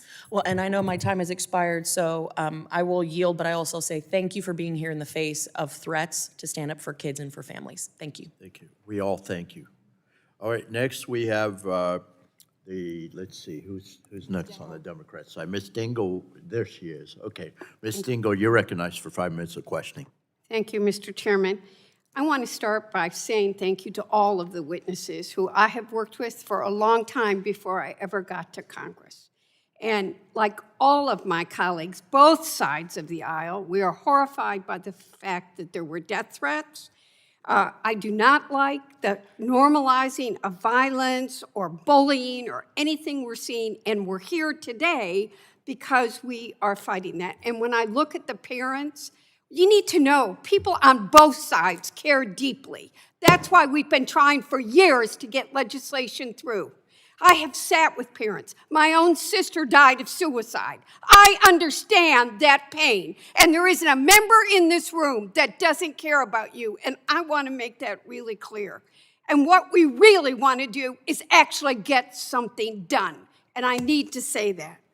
I'm proud to co-lead the bipartisan bicameral Take It Down Act, which recently passed the Senate unanimously and, for the record, was included in the end of the year budget bill before it got killed. I won't say who it was because I won't make it partisan, but we got to work together because we know this has to get done. And my colleagues here have brought up the firing of these two commissioners because it happened because he didn't like them, and we got to be clear here. The FTC is an independent agency, and what happened is blatantly unconstitutional, and independent agencies are intended to be insulated from political motivations, and this is the organization that's supposed to be keeping us safe. Without a functioning FTC, how can we expect to enforce the Take It Down Act if it becomes law? And I'm asking every colleague on the other side of the aisle to pledge to work to get this done. Please, we got to stop the politics. We got to get it done. How do we go after bad actors, protect consumers, and hold platforms accountable? The simple answer is we cannot. Gutting the FTC means gutting our ability to protect kids and women online. And as artificial technology advances, so do new forms of abuse. Primarily, who do they target? Women and children. Deep fake pornography is being used as a tool for harassment, humiliation, and intimidation, particularly against women who speak out and advocate for themselves or for children. That's what happened to you all today, and not a member at this dais thinks that that is okay. I want to make that really, really clear. The Take It Down Act provides victims with a path to justice, ensures these images are removed, and holds perpetrators accountable. I want to work with all stakeholders to pass the strongest bill possible and get this bill across the finish line. And I'm begging my colleagues to help me do this. If we succeed in passing this important legislation, we got to make sure that we've got a body that's going to enforce it so that we don't have women unprotected against this growing threat. One of our most important jobs in Congress is to protect people, including from the growing harms online. And I'll tell you, it's only getting worse. It's just getting worse by the day. So, Commissioner Slaughter, let me ask you this question. Without a fully independent, functional FTC, do you believe the agency's current authority is sufficient to effectively enforce the Takedown Act and hold platforms accountable, or do we need to take additional action to strengthen potential enforcement capabilities? Thank you. Look, I would also like to not be here talking about my employment status. I would like to be here talking about this important work that the FTC has been doing and will be doing in the future to address these critically important issues for American families, for parents across the country. Cyberbullying doesn't distinguish between Republicans and Democrats, blue states and red states. This is something that affects all of us, and that I agree we all need to be working together on. With respect to specific legislation, I think an important role at the FTC has been to take the laws that Congress has passed, to faithfully administer them, and then to go back to Congress if we think something needs to be improved or leaves gaps. And I think we've had some of those conversations around privacy generally. We've had those conversations around COPPA. If Congress passes COSA, if Congress passes Take It Down, you certainly have my commitment to faithfully administer those laws and let you know if there is more that the FTC needs. Mr. Chairman, I'm out of time. Let's just pledge to work with each other and get these bills done. And these children's memories, these beautiful children here, the pictures of these beautiful children. Thank you very much for coming, and you are going to make a difference, and we are going to work together to get this done. Okay, next we have Mr. James, my good friend from the state of Michigan. You're recognized for 5 minutes of questioning. Thank you, Mr. Chairman. This is not a partisan issue. This is something that we should be able to work together and get done. I have 3 young boys. John's 11, Hudson is 10 in 2 days, and Christian is 6.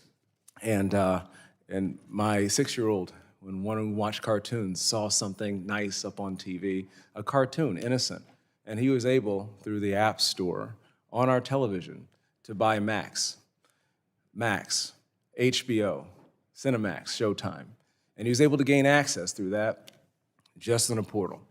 It's vital to make sure that we hold our virtual stores to the same standards that we hold our physical stores when it comes to material that is adult or addictive. And that is why I'm leading on this App Store bill that makes sure that we continue behind states that are taking the first step by making sure that we have a National Accountability Act that harmonizes the effectiveness of giving parents the tools to take care of their children. The lack of guardrails in the digital app stores defies logic and puts children at risk. There is simply no good reason why app stores should be allowed to circumvent the same lawful ID checks that brick-and-mortar stores abide to protect children from accessing age-restricted items such as, again, alcohol and tobacco. In other words, we don't rely on Marlboro or Budweiser to ensure kids aren't purchasing their products. We look at CVS, we look at 7-Eleven, we look at the supermarkets to age gate. The app ecosystem should be no different than what is currently established in the United States of America. These app stores are out of touch, and they need to come to reality. This is not a partisan issue, as I said before. This is common sense policy across party lines. It is also what parents want. It's what parents are demanding. Parents like us. We've seen similar legislation gaining steam and picking up momentum around the country. Other states, Alabama, Kentucky, New Mexico, Alaska, and other states. This issue is far too important not to get this bill signed into law in this Congress. It's critical that we get this done, we get it right. My first question is for Ms. Hawkins. Clearly, the status quo is not working. And the current policy framework around these digital app stores is failing to protect our children. What loopholes does this bill rectify in our current law? And can you elaborate on why this bill, in your opinion, is built to withstand a legal challenge given the focus on contracts, terms of service? Yes, thank you. Thank you, Congressman James. Right now, our children are signing contracts, complex terms of service agreements with apps individually every time they download it. These contracts allow access to their contact list, to their camera, to their photos, to their exact location. And parents often have no idea at all. There's no other place in American law where kids are allowed to sign contracts and broker into these really intense agreements. So that's one loophole. Another, though, is the age ratings. Parents think that they have given permission to their kids to get access to apps that are appropriate for their age. And the entire parental control system on both iOS and Google devices is based on these ages. That Google and Apple have said, yes, these are right. But we're finding there's the nonpartisan organization's HEAT initiative and Parents Together. They just released a report where 200 apps had harmful content. Our organization has found hundreds going back every year for 5 years that are rated for 4-year-olds, 9-year-olds, 12-year-olds. And it has sexually explicit content and allows strangers to communicate directly. It gives access to location. The list goes on. Unless there's accurate age ratings, we as parents can't make the decisions about whether this is appropriate content or material for our kids. And the entire system for safety doesn't even work. Thank you, Madam. Ms. Slaughter, when were you sworn in? I was originally sworn in on May 2nd, 2018. May 2nd, 2018, and you were chairman of the FTC for a small period of time, were you not? I was the acting chair from January to June of 2021. Acting chair of June 2021. I'd ask my colleagues, but I'm running low on time. Do you recall who was in the majority in Congress during that time period? I believe the Democrats were... Democrats were majority in Congress. Do you remember who the president was at that time? It was Joe Biden. It was Joe Biden. Joe Biden's approval rate was 57%, yet since 2018 and 2022, 33 kids younger than 13 have died as a result of challenges on TikTok. Democrats are furious, they're incensed, they're outraged over these firings. But Republicans are outraged by dead babies and child porn. You ever think that maybe you might not have been as good at your job as you thought you were? Do you think that maybe something should change? My colleagues on the left are continuously saying, and I believe you said, we need to empower the government agencies. Well, what we are here to do is empower the parents, because when you empower parents, you give children a chance, and we need to try something different than what has failed over the past 7 years. Mr. Chairman, I yield. Thank you. Gentleman yields back, and now I'll recognize Ms. Kelly. I believe Ms. Kelly is here. Yeah, No? that's me. She's not here. Okay. I'm right here. Oh, you're right here. I recognize you for your you. 5 minutes of questioning. First of all, I want to thank the witnesses and your detailed answers. I really, really appreciate it. And I want to thank the parents. I know you came to my office and we've spoken before, but I am compelled to say I don't need a person here to apologize for me. I'm proud of how I carry myself. I'm proud of what I do. I'm proud that I'm on the bills that you guys have talked about. I am an ally. And also, I have 3 grandchildren, and I care about all kids. I used to work in a child abuse place. I don't need anybody saying we care more about someone's job than we care about kids. That is very insulting, very insulting. Ms. Slaughter, I'm going to respect you and not talk about how you don't have your job, but I want you to talk about why ideologies and differences make a difference, even though it sounds like you guys work together in so many ways, in a bipartisan way. Sure, thank you. I think it is incredibly valuable for Congress, for the public, and most importantly, for the people that we serve, for the FTC to function as Congress designed, as a multi-member agency with bipartisan representation, with commissioners who serve staggered terms over years, so that we can work with each other, learn from each other, build towards consensus where it's available, and respectfully disagree with each other where that consensus can't be found. Those respectful disagreements provide transparency and accountability to the public, to advocates, to parents, to hear about what else Congress could be doing, what else the FTC could be doing. So I'll talk about a couple of important cases. When I was a minority commissioner originally, the FTC had a landmark case against Facebook, a $5 billion settlement of a privacy violation involving how they dealt with data, including kids' data. I dissented from that settlement because even though the majority at the time thought that $5 billion was a lot of money, I thought it wasn't enough to be effectively deterrent for that company. Sharing that disagreement publicly helps inform Congress and the American public about the work of the agency. I'll give you another example related to kids. Another settlement I dissented from was the FTC settlement with Google and YouTube over child-directed content on YouTube in violation of COPPA. I actually thought the case was good, the claims were good. I didn't think the settlement got it done because it allowed bad actors to illegally claim that their content was not child-directed, and they just had to be trusted about that. And all of us who are concerned about the content our children access online and think we are trying to protect them by using age gates or using child-directed limitations are imperiled if those limitations don't actually work and that bad actors can work around them, as we've heard some of these other witnesses talking about today. Thank you. Also, we've talked mostly about young children, but also there are seniors and other vulnerable populations, and of course, young children also. And I plan to we introduced my Protecting Seniors from Emergency Scams Act, which will help help older adults identify scams. And I hear you about the children, because I look at my grandson and some of the times I've said, what is this? But the only thing is he does ask. His mother has, I think, scared him to death if he does it. So he does ask first. But I have seen some interesting things on his phone. Can you talk about the malicious actors and, if the FTC is significantly weakened because of fired commissioners and people not being there? Yeah, well, I think it's pretty clear that corporate lawbreakers are in it to make money, right? They do these things because they are profitable. Some of the things we've heard about today are done for even more malign reasons, but ultimately companies facilitate this lawbreaking because it is profitable to them to do so. And so our job is to ensure that our focus is on the law that Congress passed, in administering those laws without fear or favor, and not being cowed by corporate power or corporate profits, but instead keeping our focus on the people that we serve.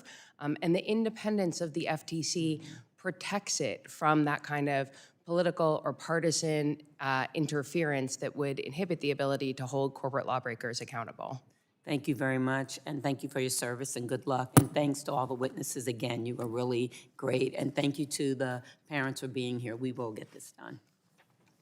I yield back. Lady yields back. Now I'll recognize Mr. Vance for his 5 minutes of questioning. Thank you, Mr. Chair, and thanks to all the witnesses for being here today. In preparation for this hearing, I looked at the title. It said the World Wide Web, Examining Online Harms. And of course, I'm totally supportive of the fact that we are prioritizing kids, but I decided I would go back and take a quick look at just how much online time people were spending. So I'm sure that all of you are aware of the fact that Americans now spend 7 hours and 3 minutes a day, each one of us apparently online. Excuse me, we also, I looked at the ages. I see here from 0 to 8, 2.5 hours, from 8 to 10 years old, 6 hours, 11 to 14, 9 hours, 15 to 18, 7.5 hours a day. So when we talk about what we're going to do about this problem, boy, is it a big problem.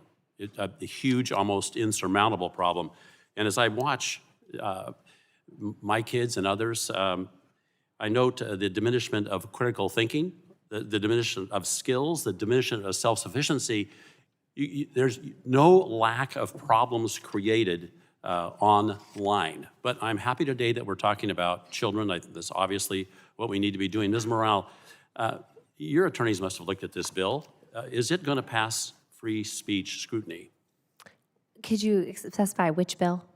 When I say this bill, I mean the Protect Our Kids bill.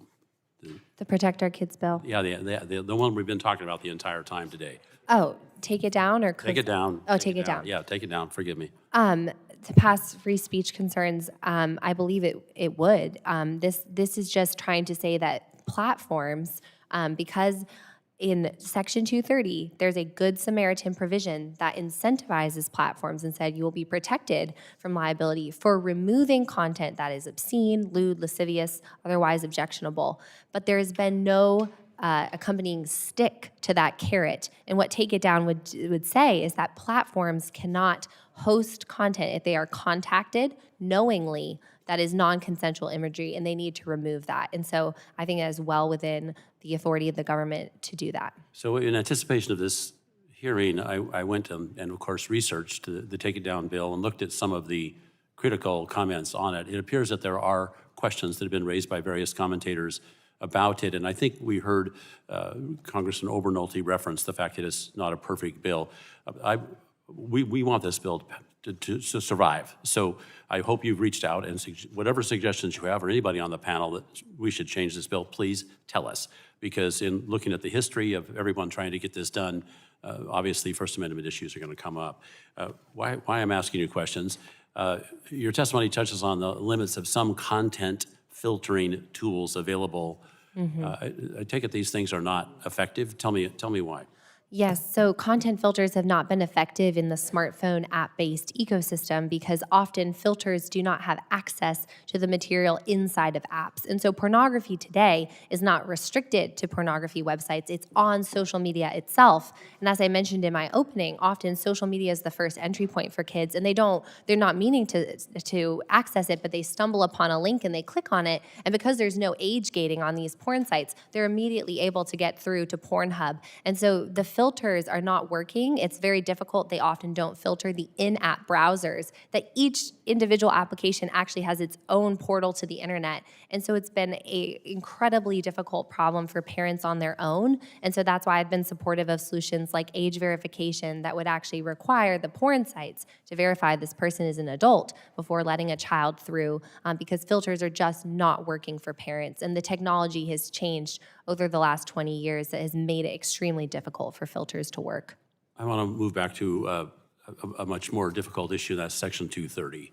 So I was on Judiciary until I had the good fortune of being selected for this particular committee. And I must say, in the days and weeks I spent studying Section 230, it appeared to me hugely challenging to change it. Do you have some suggestions on how we might actually do that?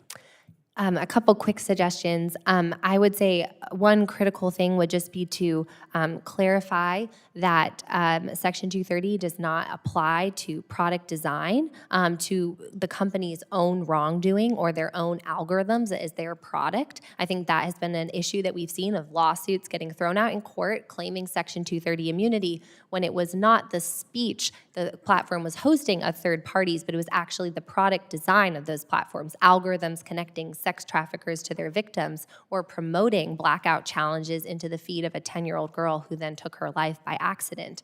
And so I think it's really important to clarify Section 230 was not meant to cover product design. I would also say a bad Samaritan carve-out to say that if you are knowingly hosting criminal content or criminal behavior on your website, you do not get to hide behind Section 230's immunity. To accompany the Good Samaritan provision, we need a kind of commensurate bad Samaritan carve-out for knowingly hosting criminal material. Thank you. Yield back. Very much, and thank you for making those suggestions. If we have any constitutional concerns, we want to make sure that we fix them now, because ultimately we got to get this through, so to protect our kids. So thank you very much. I appreciate it. And next, we're going to ask Ms. Clark. She has 5 minutes for questioning. You're recognized. Good afternoon, and thank you, Mr. Chairman. Thank you, Ranking Member Schakowsky, and thank you to our witnesses for being here to testify, and to Commissioner Bedoya, who is also in attendance. Thank you for your hard work and dedication to the people of the United States. I find it disingenuous to convene this hearing on protecting children from online harms while Donald Trump dismantles the very agency that Congress created to protect consumers, including children. Having said that, where there is a will, there is a way. And we have to determine whether, in fact, there is a will. For decades, the FTC has provided clarity for businesses and consumers protecting the American public from deceptive or unfair practices and unfair methods of competition. President Trump's attempted illegal firing of the Democratic FTC commissioners is a continuation of the administration's anti-consumer agenda that promotes scams, deceptive practices, and costs Americans lives and money. I'm curious how Mr. Trump and my Republican colleagues think this unlawful attempt furthers the mission of the FTC to protect the public from deceptive or unfair business practices and from unfair methods of competition through law enforcement, advocacy, research, and education. It's also no coincidence that the Trump's Project 2025 went as far as to question if the FTC should, quote, continue to exist, end quote. So having said that, with the rapid advancement of artificial intelligence, consumers are faced with the increasingly acute potential harms of algorithmic discrimination. Facial recognition technology is a clear example of a tool powered by AI that, time and time again, has been prone to unjustified bias, particularly against members of communities of color. In 2023, the FTC took action against Rite Aid to address the company's harmful misuse of biased AI tools. And for years, hundreds of Rite Aid stores used facial recognition technology to identify consumers it deemed likely to engage in shoplifting and alert store employees to their presence. According to the FTC, employees acting on false positive alerts followed consumers around in its stores, searched them, ordered them to leave, called the police to confront or remove consumers, and publicly accused them, sometimes in front of friends and family, of shoplifting and other wrongdoing. Also, according to the FTC, Rite Aid's actions disproportionately impacted people of color.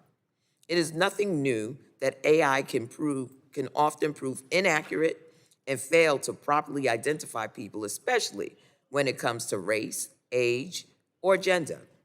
Rite Aid not only failed its customers by refusing to notify patrons of the use of biometric surveillance, but they also failed to test its own program for accuracy before deploying it. The role the FTC played in holding Rite Aid accountable cannot be overlooked. This is just an example. And we must acknowledge the importance of a bipartisan FTC in properly protecting consumers. Without a bipartisan FTC, consumers will lose their advocate to obtain recourse when they've been taken advantage of by scammers.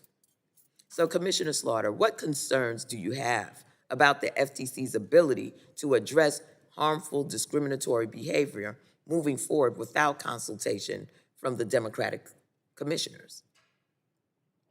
Thank you, Congresswoman.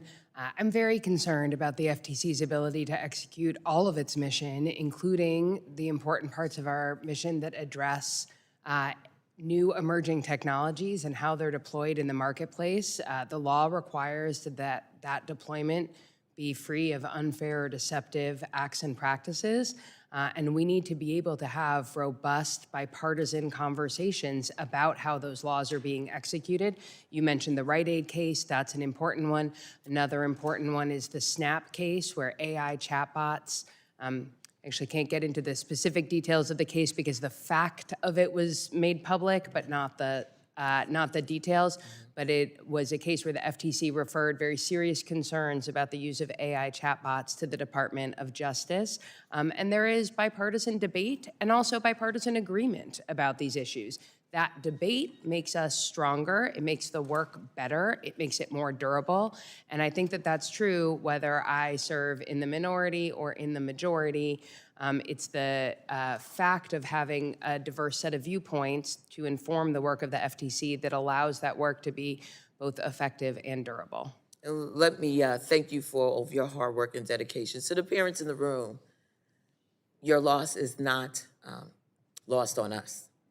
And I have been battling in this committee for many years around the fact that we have allowed no guardrails to be placed around the technologies that our children are being exposed to. I understand that my time has been Gentlelady's finished, time's but I expired. did want to say to you, where there is a will, Gentlelady's time's there is a expired. way, and we will get there. Gentlelady's time Thank is you. expired. I yield back. The chair recognizes Representative from Indiana, Representative Houchin. Thank you, Mr. Chairman.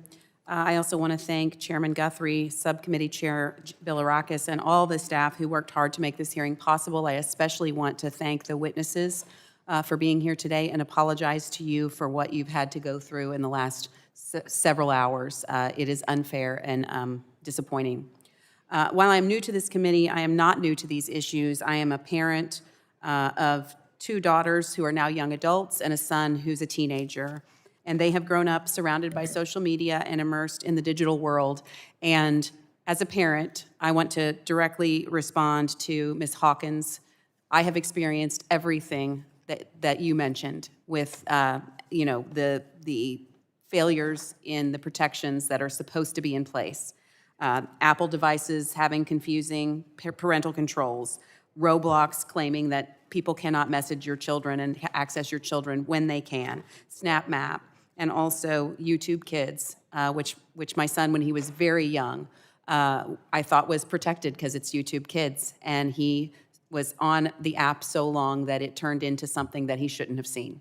We tried everything, every protection possible. We had parental apps like Custodio that are supposed to protect kids from some of these things, but one of the things that happens in these circumstances is even as parents, if we are as vigilant as possible, they can still go to other kids' devices and access these apps, and we cannot monitor them 100% of the time. My daughter found a workaround to stay on her phone. So I am very grateful we're having this hearing today, and I want to make special recognition of the parents that are here in the audience. And I want to apologize to you for the things that are being taken away from this conversation, not being focused on protecting children, but instead on someone's job at the FTC. I think that's completely unfair.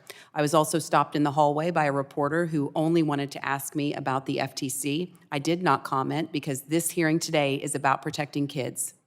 A follow-up question was asked, and I said, I am not commenting because this hearing today is about protecting kids. And shame on the media if the only thing they cover from today is the FTC, because children are dying, and parents need to hear this information. I'm new to the committee, and at today's hearing, the core is protecting kids. I do want to recognize Mason Bogard. Mason Bogard's memory is with us today. Mason's mother, Joanne, sent me a powerful letter that I want to read a portion of. My 15-year-old son, Mason, was our youngest of 3 children. He enjoyed playing his drums and entertaining his friends and family with his witty humor. He had just started his first job at a landscape business and was excited to start driver's ed. He enjoyed everything about the outdoors, including camping, hiking, and his love of fishing. He liked watching videos online to learn how to make new fishing lures and master his woodworking skills. He was a child of God and knew he was loved by his family and friends. What I want you to know is that Mason was living a healthy and well-balanced lifestyle as a typical teen. Mason is no longer with us as a result of the choking challenge, and I think of Mason every time we discuss these issues. His story stays with me, and so does the challenge coin that his mother gave me, which I keep as a reminder of what we're fighting for. Sadly, Mason's story is not unique. Annalee Schott was exposed to extremely graphic videos and images on platforms like TikTok and Instagram, so graphic that she even witnessed a live suicide being streamed. That experience had a devastating impact on her mental health and ultimately led to her taking her own life in November of 2020. Becca Schmill died at 18 after unknowingly purchasing fentanyl-laced cocaine online. Her mother traces Becca's struggles back to trauma that was facilitated by social media, sexual assault, cyberbullying, and easy-to-access dangerous drugs. Then there's Walker Montgomery. Walker was the victim of a horrific sextortion scheme. He was blackmailed after unknowingly participating in a sexual encounter that was secretly recorded by someone pretending to be someone else. The perpetrators demanded $1,000 or they would release the footage to his friends and family. He tragically took his own life. These are real kids, real families, real tragedies. These are complex issues with legal and regulatory implications, but we should not, it shouldn't be so complex that we don't achieve our shared goal, which is to protect kids. Meeting with parents like Joanne and those who loved Annalee, Becca, and Walker is both heartbreaking and motivating. These families have turned unimaginable grief into a mission to help prevent other tragedies.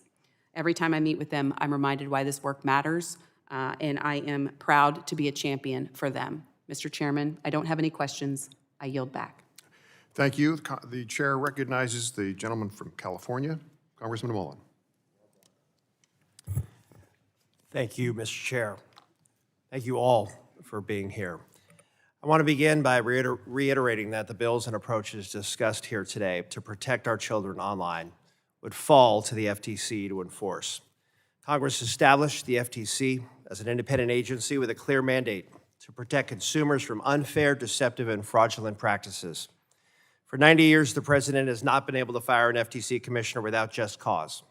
And yet today, we find ourselves a week removed from the attempted unlawful firings of 2 FTC commissioners by the president. Beyond that, the chair of the FTC has gone along with Elon Musk's Doge operation and dismissed a number of FTC employees with probationary status also without cause. I'm having a hard time figuring out why anyone on either side of the aisle would want this. If the FTC is no longer an independent agency and if it no longer has the resources it needs to actually get the work done, then what are we even doing here?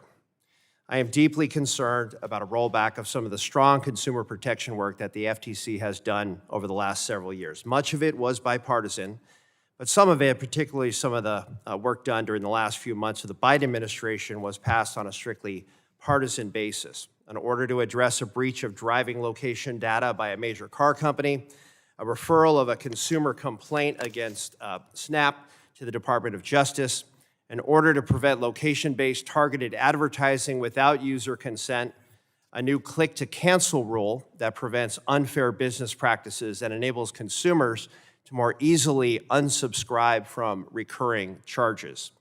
Despite the clear benefits to consumers of all of this work, none of these initiatives were supported by the other 2 commissioners who, at least for now, remain in their positions. So, Commissioner Slaughter, as I understand it, you'll be challenging the president's attempts to unlawfully fire you and Commissioner Bedoya as well. While that challenge is underway, will the 2 other commissioners undo all of this progress I cited? How does your attempted firing impact the FTC's legitimacy, authority, and role? And what does that mean for American consumers and businesses? Thank you. I think at the moment, it's really unclear what happens to any FTC action. As you noted, we haven't been in a position like this in over 90 years, so there's a lot we don't know about what happens. And what concerns me is that throws work, even work that I would agree with, into question. The last thing I voted on before the president tried to fire me was a 4-0 challenge to a medical device merger that would raise the cost of healthcare even further. There's a lot of things that I agree on with my Republican colleagues, and that's work that is done best on a bipartisan basis. There are also good things that I think the agency has done that they don't support. It has always been clear to me that they might try to undo some of the progress that I think we made in the last administration, and they are entitled to do that as a majority, but they need to get the votes to do that, and they, under the law, need to do that in the face of the transparency and accountability that minority votes would provide, and that is helpful to Congress and to the American public. And Commissioner, in your prior testimony, you've outlined several examples of the FTC enforcing online safety. Can you expand on the steps taken over the last 4 years to bring more technologists into the agency? How is this expertise being undermined by the administration's actions, and what impact will this have on the FTC's ability to investigate and protect consumers' online safety moving forward, in your opinion? I think one of our big accomplishments during the last administration was setting up the Office of Technology. The FTC was created by Congress to be a body of independent experts, and we've long relied on the expertise of economists and others. Chair Khan set up an Office of Technology and built it out with really expert technologists who can inform our research work, our casework, and report out to the public about technological trends, and that's enormously valuable. That office is much smaller now than it was even 2 months ago. I couldn't give you the exact numbers, but it is substantially smaller, and I worry that that critically important expertise is being limited by some of the broader cuts we're seeing across the government.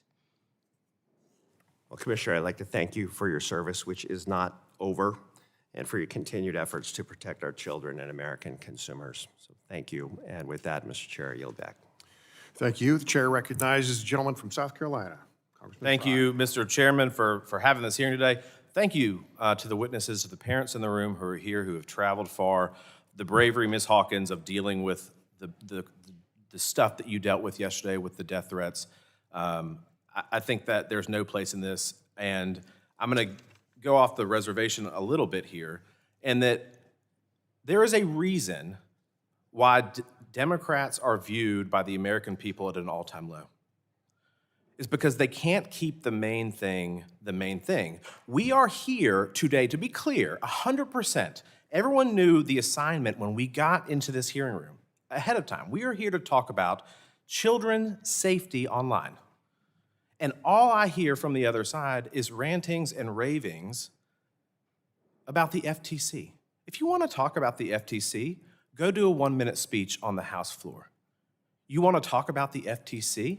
Have a press conference. Here. Will the gentleman yield? No, I'm not. This is my time. Here, we are here to talk about children.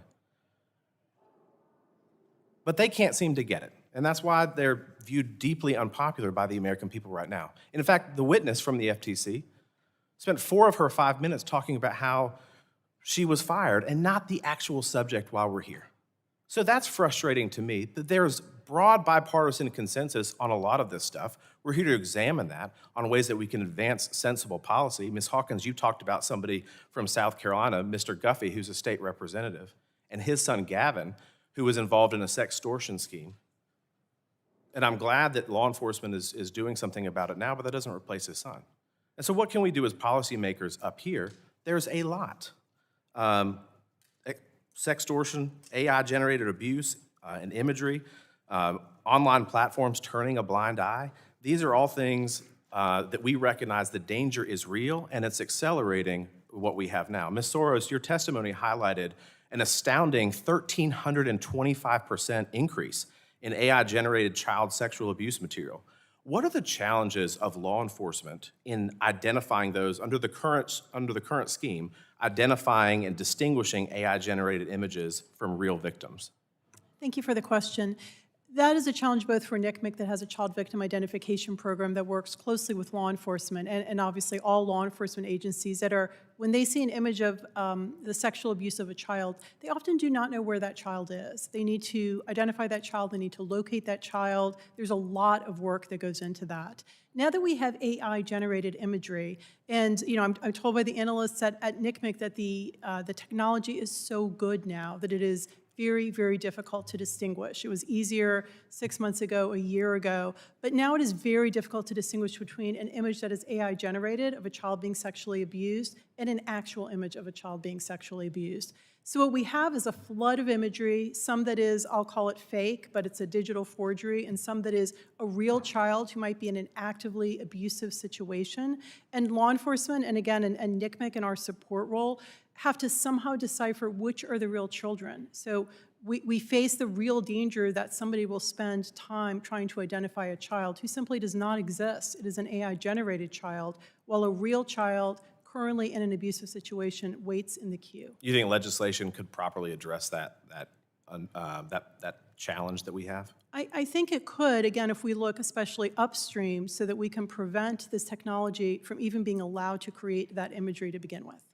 Thank you for that. Ms. Morrell, you know tech companies knowingly design addictive platforms and evade meaningful age verification. Your testimony talked about that. In your view, what specific legal requirements beyond just parental controls should Congress evaluate to stop the cycle of exposure and exploitation? Yeah, so I will say I'm on the extreme end. I would kind of plant my flag in the ground on saying I think Congress should seriously consider that the environment and the underlying design of social media is so harmful to children, it should actually be age restricted out of childhood. The default age for social media has been 13, but not because of a specific law related to social media, but because of COPPA passed in 1996. Before social media even existed, about data collection. And so I think we really need an updated legal regime that really tries to delay social media as far as possible, because if you talk to parents, almost every parent says, I wish that my child wasn't on social media, but I feel compelled to let them on these apps because every one of their friends is on it. And that, to me, is a classic collective action problem that the government has a very critical role to play in solving, where then each individual parent doesn't have to face that battle on their own. We can say, like alcohol or tobacco, or even operating firearms or driving cars, technologies we've recognized are just too powerful for a child to handle. I think we're seeing that in the way social media has even changed over time, how aggressive the algorithms are, that the entire nature and environment it creates and the underlying design is not a place for children. Thank you for that. Mr. Chairman, before I yield, I want to enter 3 articles into the record about Mr. Guthrie and his fight from various periodicals in South Carolina. Thank you so much. Okay, the gentleman yields back, Ms. Schreier. Dr. Schreier, you're recognized for 5 minutes of questioning. Thank you, Mr. Chairman, and thank you to all the witnesses for being here today. Thank you for the parents for being here today, and special thank you to Commissioners Bedoya and Slaughter for being here today. Also, thanks, Mr. Fry, for lecturing a pediatrician about caring for children, but not for your leadership in blocking our bill that protects children. Amen, Ms. Morrell. I have a 16-year-old, and he is forbidden from downloading any social media on his phone. So we are here today to talk about online safety for children. It's an issue I care deeply about, that I've been working on for years. And as a pediatrician, I have seen the negative effects that unfettered screen time and social media has had on children. In fact, I witnessed in my own practice the steep rise in depression and anxiety and eating disorders that absolutely paralleled the rise in social media use by kids. I even had a patient who had to change school districts twice because of online bullying, and it followed her. So this is one reason I've been such a champion for cracking down on the way social media companies abuse children, like privacy violations, algorithms that keep them addicted, and a lack of protection from abuse by others. And it's the reason that I'm particularly frustrated that Republican leadership blocked the Kids Online Safety Act from even coming to the floor for a bipartisan vote.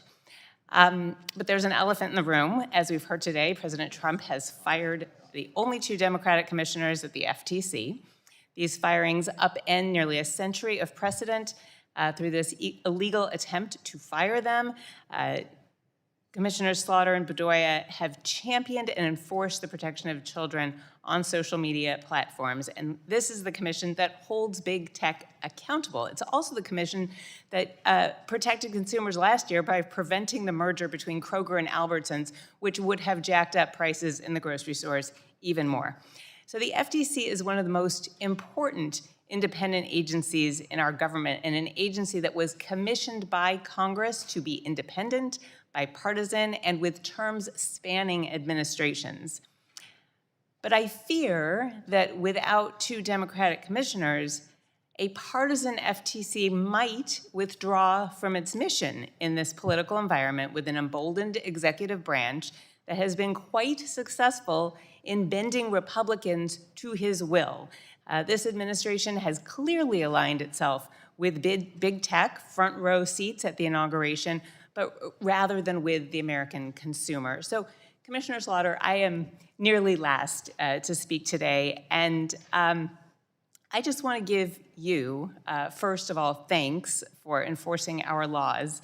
But second, I'd like to just give you the platform for the next 2 minutes to talk about anything you would like that you either want to reiterate or have not had time to address today.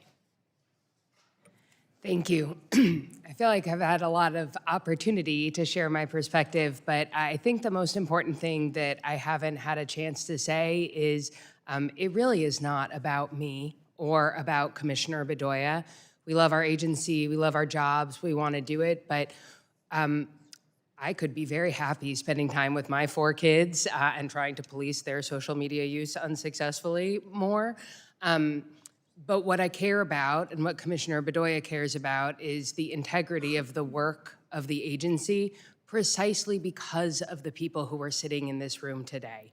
I feel he feels very, very driven to make sure that government and the institutions that Congress has designed are working for parents like those behind us and for every other parent so they don't have to be in that position going forward. It is so important. It's not about being a Democrat. It's not about being in the minority. It would be true throughout the commission's history. I think it's important to have a variety of voices and a variety of perspectives as Congress designed, precisely because these issues that the FTC is tasked with handling are so important to the American people. And I care incredibly deeply about them, and I want that work to continue. I've heard so much common ground with my fellow witnesses today, and so much shared concern that I have with them about the way technology today is operating outside the bounds of what the law is and also what the law should be. And we want to make sure that the focus of the agency is on protecting those kids and protecting those families. Thank you, Commissioner. Thank you to our witnesses, to the parents here today, and that is the whole point, to offer our condolences and make sure this does not happen to any other child or parent. I yield back. Gentlelady yields back. Now we'll recognize Ms. Laurel Lee for her 5 minutes of questioning. Thank you, Mr. Chairman, for convening this important hearing. And I also express my gratitude to each of our witnesses for being here today and sharing your important testimony with us. So during the last Congress, I had an opportunity to work on legislation related to protecting children, most notably the Report Act, and was fortunate to partner with a number of the groups that are represented here today in crafting that policy. And I look forward to continuing our work together on protecting kids online here in this committee. As our committee explores legislation such as COPPA, we face the task of ensuring that we are making the right decisions and keeping our children safe. Your input and your testimony, as you've heard today, is so valuable to us drafting legislation and getting it right. Ms. Morell, as you noted, I thank you for being here and for sharing your expertise and your thoughtful insight about these challenges. And as you noted, it has been many years since Congress enacted privacy protections for children online. And in those years, technology has evolved and outpaced the protections that we have currently in place. I am eager to work on COPPA with Representative Castor and Wahlberg to improve protections for minors in a way that is in keeping with the threats we face in the 21st century. Now, one thing I want to touch on specifically is the targeted ads. So as they relate to adults, those can sometimes be helpful in retail and other applications. They can sometimes be something that is a benefit to the consumer. But for targeted ads as they relate to children and young people, will you explain to us why that practice in particular is harmful? Yes, it's extremely harmful because children don't have the maturity that an adult has to be able to make decisions for themselves and to discern truth from false claims. And so I think it's really dangerous that these businesses are allowed to target ads to children in ways that then they feel compelled then that they should buy this product, and they're not discerning. And so I think it's a really predatory practice. And on that note, in your testimony, you identify how big tech continues to recruit younger and younger users to their platforms. And you were just speaking with Representative Fry about your view that we really ought to just restrict access to these platforms to a higher age. Tell us a little bit more about your thoughts on that subject. Yes, so I think that the nature of social media today is not a safe place for children. I feel like example after example has shown that the environment created by the product design, the way that their algorithms work, the kinds of material it promotes, which is often the most sensational or violent or explicit material is what gets promoted into children's feed, have made it an extremely unsafe place, as well as the metrics are designed to incentivize children to even post sexual images of themselves. And it has normalized a lot of the practices that we're talking about. Why are teens creating deep fake pornography? Because the environment and nature of the online world is extremely sexualized and violent. And so it is not a safe place for children. And I've said this before, but the same way that in the real world, we don't take children to bars or strip clubs and then try to blindfold them there. We just don't take them to those places. And I think social media has gotten to that point today that unless the business model vastly changes, it is not a safe environment for children, nor is it a safe substance, because as we've seen, brain studies show it acts on the brain like highly addictive drugs. And so for both those reasons, I think the precedent in our laws tell us to age restrict it out of childhood. And Ms. Hawkins, one of the things that you have emphasized is the vulnerability of young teens who are not protected after the age of 13 under our current scheme. Would you like to speak on this as well and how you think that should change? Thank you. Well, one of the problems with COPPA originally passed is that it set the digital age, inadvertently set the digital age of adulthood at 13. And even though it was focused on privacy, big tech has just run away with this idea, and they've literally, one time I met with Google 10 years ago, I walked out of the meeting with Google, and we were talking about, filters for 13, 14, 15-year-olds, and they said, why would we want to block pornography from a 14-year-old? They're adults at that age. And that is when I realized the impact of creating this digital adulthood age. And I just asked, there's so much good in COPPA 2.0. There's so much good, and we need it. But I also ask that we not further cement this idea that we're digital adults at that age and that parents are not needed. Thank you, Mr. Chairman. I yield back. Thank you. I thank the gentlelady. Now we have Mr. Vesey. You're recognized, sir, for your 5 minutes of questioning. Thank you, Mr. Chairman, and I want to thank the witnesses for being here today. I think that we've learned a lot today that blocking bills like COPPA and other things that protect our kids is bad, and that we shouldn't be doing that. And so I appreciate your comments today and you sharing some of those things. I also wanted to talk very briefly about the attempted removal of 2 minority commissioners from the FTC and how I think that that is really bad for the things that we're trying to accomplish here today to protect our children and other consumers, as this agency has a very long history of doing. It's unconstitutional, it's wrong, and that is the type of thing that could really further wreck our kids and our teenagers' lives. And that's not what we want. I think that that's the one thing that we've heard from the panel is that we don't want things that are going to make it harder for our young people. We want to protect them, and we can't do that if we're going to try to undermine the Constitution.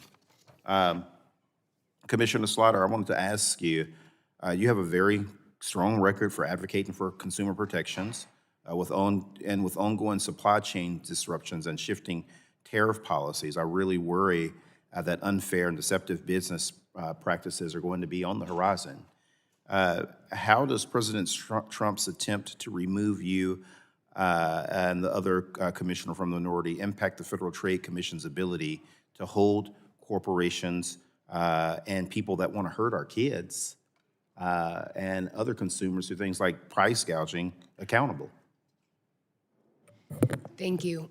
Congress designed the FTC over 100 years ago, 111 years ago, and set it up to be a bipartisan agency made up of members from both parties who serve staggered terms because Congress understood that that was a really important way to insulate the work of the FTC from corrupting influences, from partisanship, and from political interference. Over the time I've served at the FTC, our staff have gone up against some of the most powerful companies in court. They've done that supported by commissioners from both parties because we understand that our obligation is to enforce the law without fear or favor.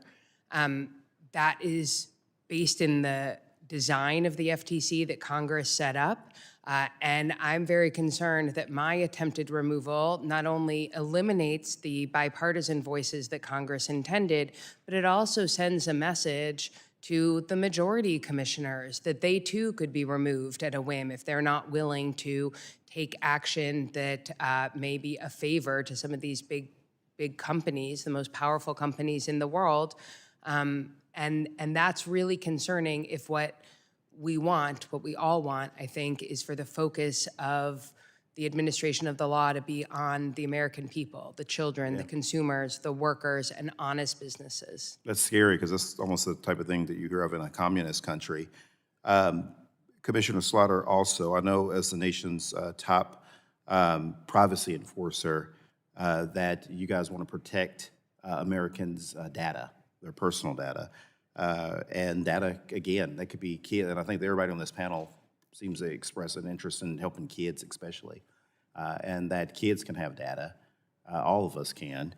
And I wanted to ask you, with data breaches on the rise and targeted advertisements constantly testing the limits of consumer privacy, how does your attempted removal and the other commissioners' attempted removal weaken the FTC's ability to protect users online, and do you see this as part of a broader effort to undermine the agency's independence? Yeah, I'm very worried about it. The FTC has conducted a study on social media and video streaming services, data collection and use practices. I mentioned it a little bit earlier. It started under the first Trump administration. It was the product of a bipartisan effort by myself, former Commissioner Wilson, former Commissioner Chopra.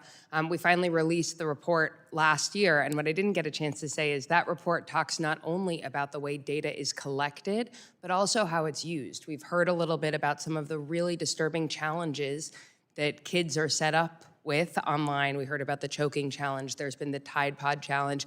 The report that we issued talked about the ways in which companies use data to fuel engagement and interest, including around things like this that create real material harms for kids that cannot be undone. Yeah. Once it happens, it's too late. Yep. So our job, as all of the parents in this audience know, is to get ahead of those problems, to send clear signals to the market on a bipartisan basis about what conduct is prohibited by the law and how companies bear the burden of following the law, and that needs to be done without fear or favor. Thank you. Thank you, Mr. Chairman. Appreciate it. Thank the gentleman for yielding back. And now we'll recognize Mr. Kane from the great state of New Jersey. You're recognized for 5 minutes of questioning, sir. Thank you, Mr. Chairman. And thank you to all of our witnesses for being here today. Last Congress, following a horrific deepfake incident at a high school in my district, I made AI safety a priority. I led efforts on the AI Labeling Act. I co-led the Preventing Deepfakes of Intimate Images Act, and I'm co-sponsoring the Take It Down Act. We must ensure proper oversight, holding bad actors accountable, and fostering responsibility among AI companies and users. While AI safeguards remain critically important, another focus now is expanding towards data privacy concerns, particularly on how we protect Americans, especially children, from online exploitation and data misuse. As Congress considers federal data privacy standards, today's discussions will help us understand the challenges families face and the most effective ways to ensure stronger protections moving forward. Ms. Soros, what legal and technological challenges exist in preventing the spread of malicious deepfake pornography, and what role does Congress play in strengthening protections for victims while holding perpetrators accountable? Thank you for the question, Congressman. Let me address the technical challenges first. I think there is a rush to market. We are a country of innovation. We saw this when the internet first arose. We're seeing this with AI now. There is tremendous competition and pressure to rush products to market without safety by design, without consideration of how children will interact with these tools and how offenders will misuse these tools. So that is, I think, the primary challenge. There also is really, again, a lack of safety by design. We've heard that term, I think, throughout the hearing today. It's embedded in several pending bills that I think will be addressed this term. But it's really the concept of requiring companies, before they roll out a new service, a new platform, a new product, to really consider the dangers to children. Again, the misuse by offenders, and how a child might interact with a new technology, and safeguard those children. I think the final issue is, again, looking to the upstream. We need to look upstream on technology in terms of AI producers and AI developers. We need to help those producers that want to create a safe product. We need to consider red teaming so they actually have the ability to test that AI and make sure it's not available or able to produce child sexual exploitation material. That's a complicated partnership that needs to occur to achieve that. But we need to, again, look upstream and prevent this imagery from being created in the first place, rather than focusing only on criminal or civil remedies down the road. If I can, just to address the legal challenges as well. So I don't really think there's unclear liability around AI companies. I think it is clear that they are not protected by Section 230. I do think there's a lack of clarity around civil and criminal remedies. Obviously, Take It Down will address the criminal remedies. There have been some bills pending in the last term, and I expect to see them reintroduced this term as well, that would address the civil penalties. So again, we really need those three avenues to completely protect children from AI. Thank you. Ms. Hawkins, is there anything you'd like to add on that?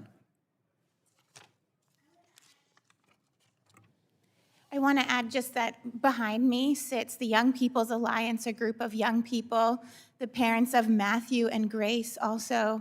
And we've walked these halls together asking for Congress to take action.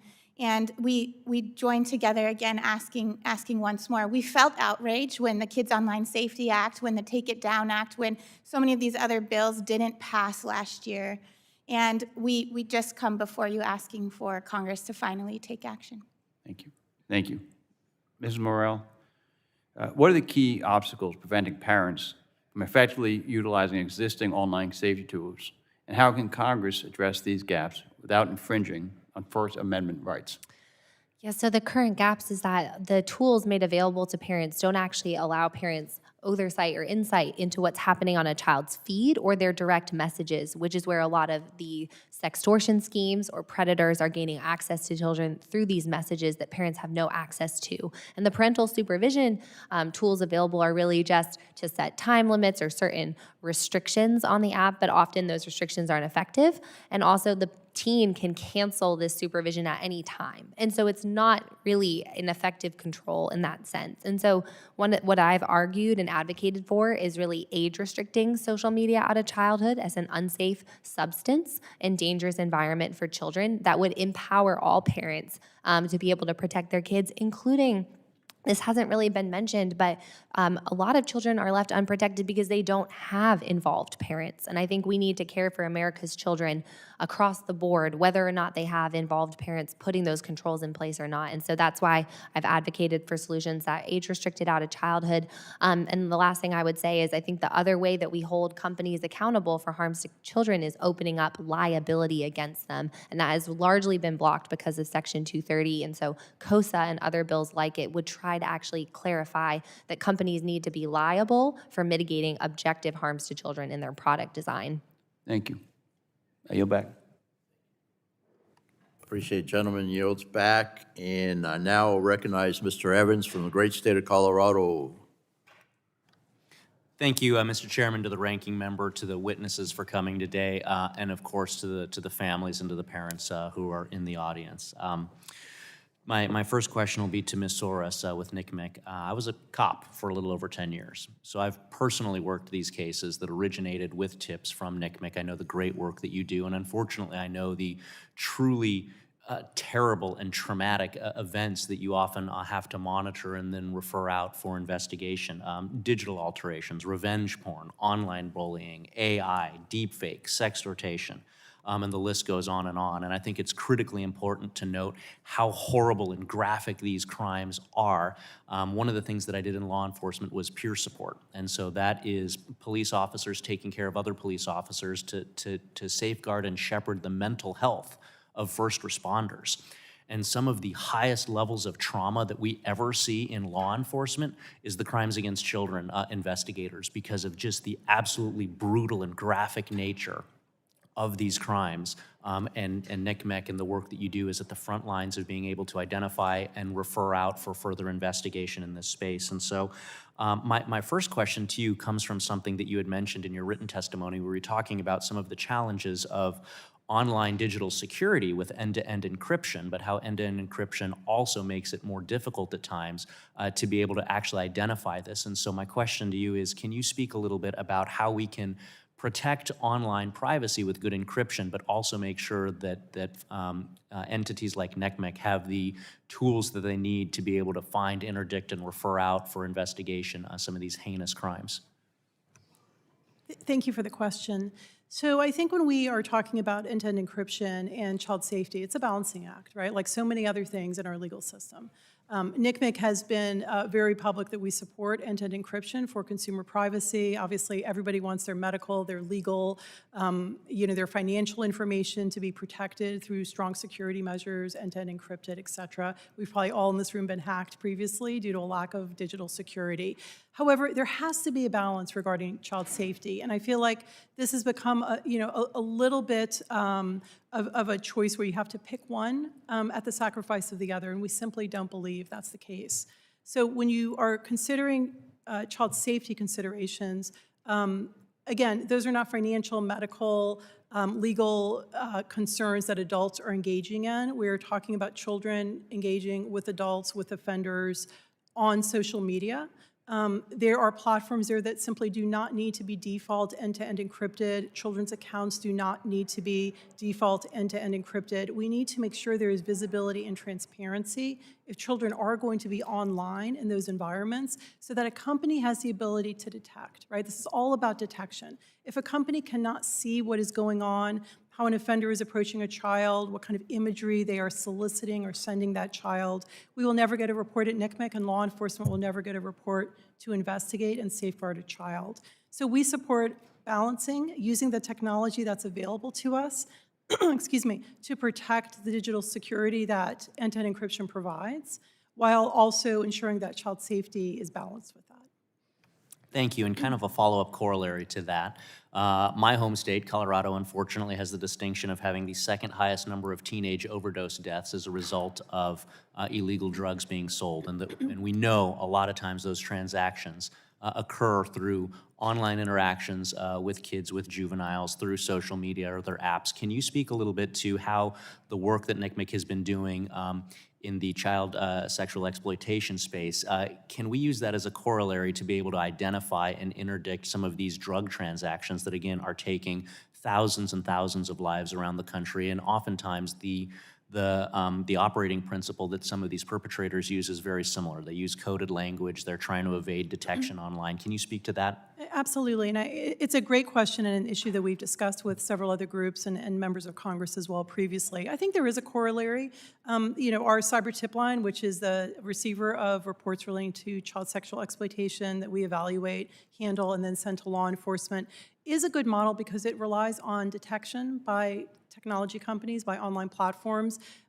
Again, based on emojis, like you said, based on coded language, based on direct solicitations, that would be very similar for drugs in many ways as it is for CSAM or exploitation of children. Again, having a reporting mechanism that is centralized, again, for drug transactions, would also facilitate determining a jurisdiction, determining where an offender is, where a victim is, and allowing law enforcement to pursue their investigation. Thank you. Yield back. Gentleman yields back. I will recognize Mr. Coleman from the great state of Texas for 5 minutes. Goldman. Coleman, it all sounds I the same. apologize. Thank you, Mr. Chairman. Thank you very much. Elliston Berry is a constituent of mine.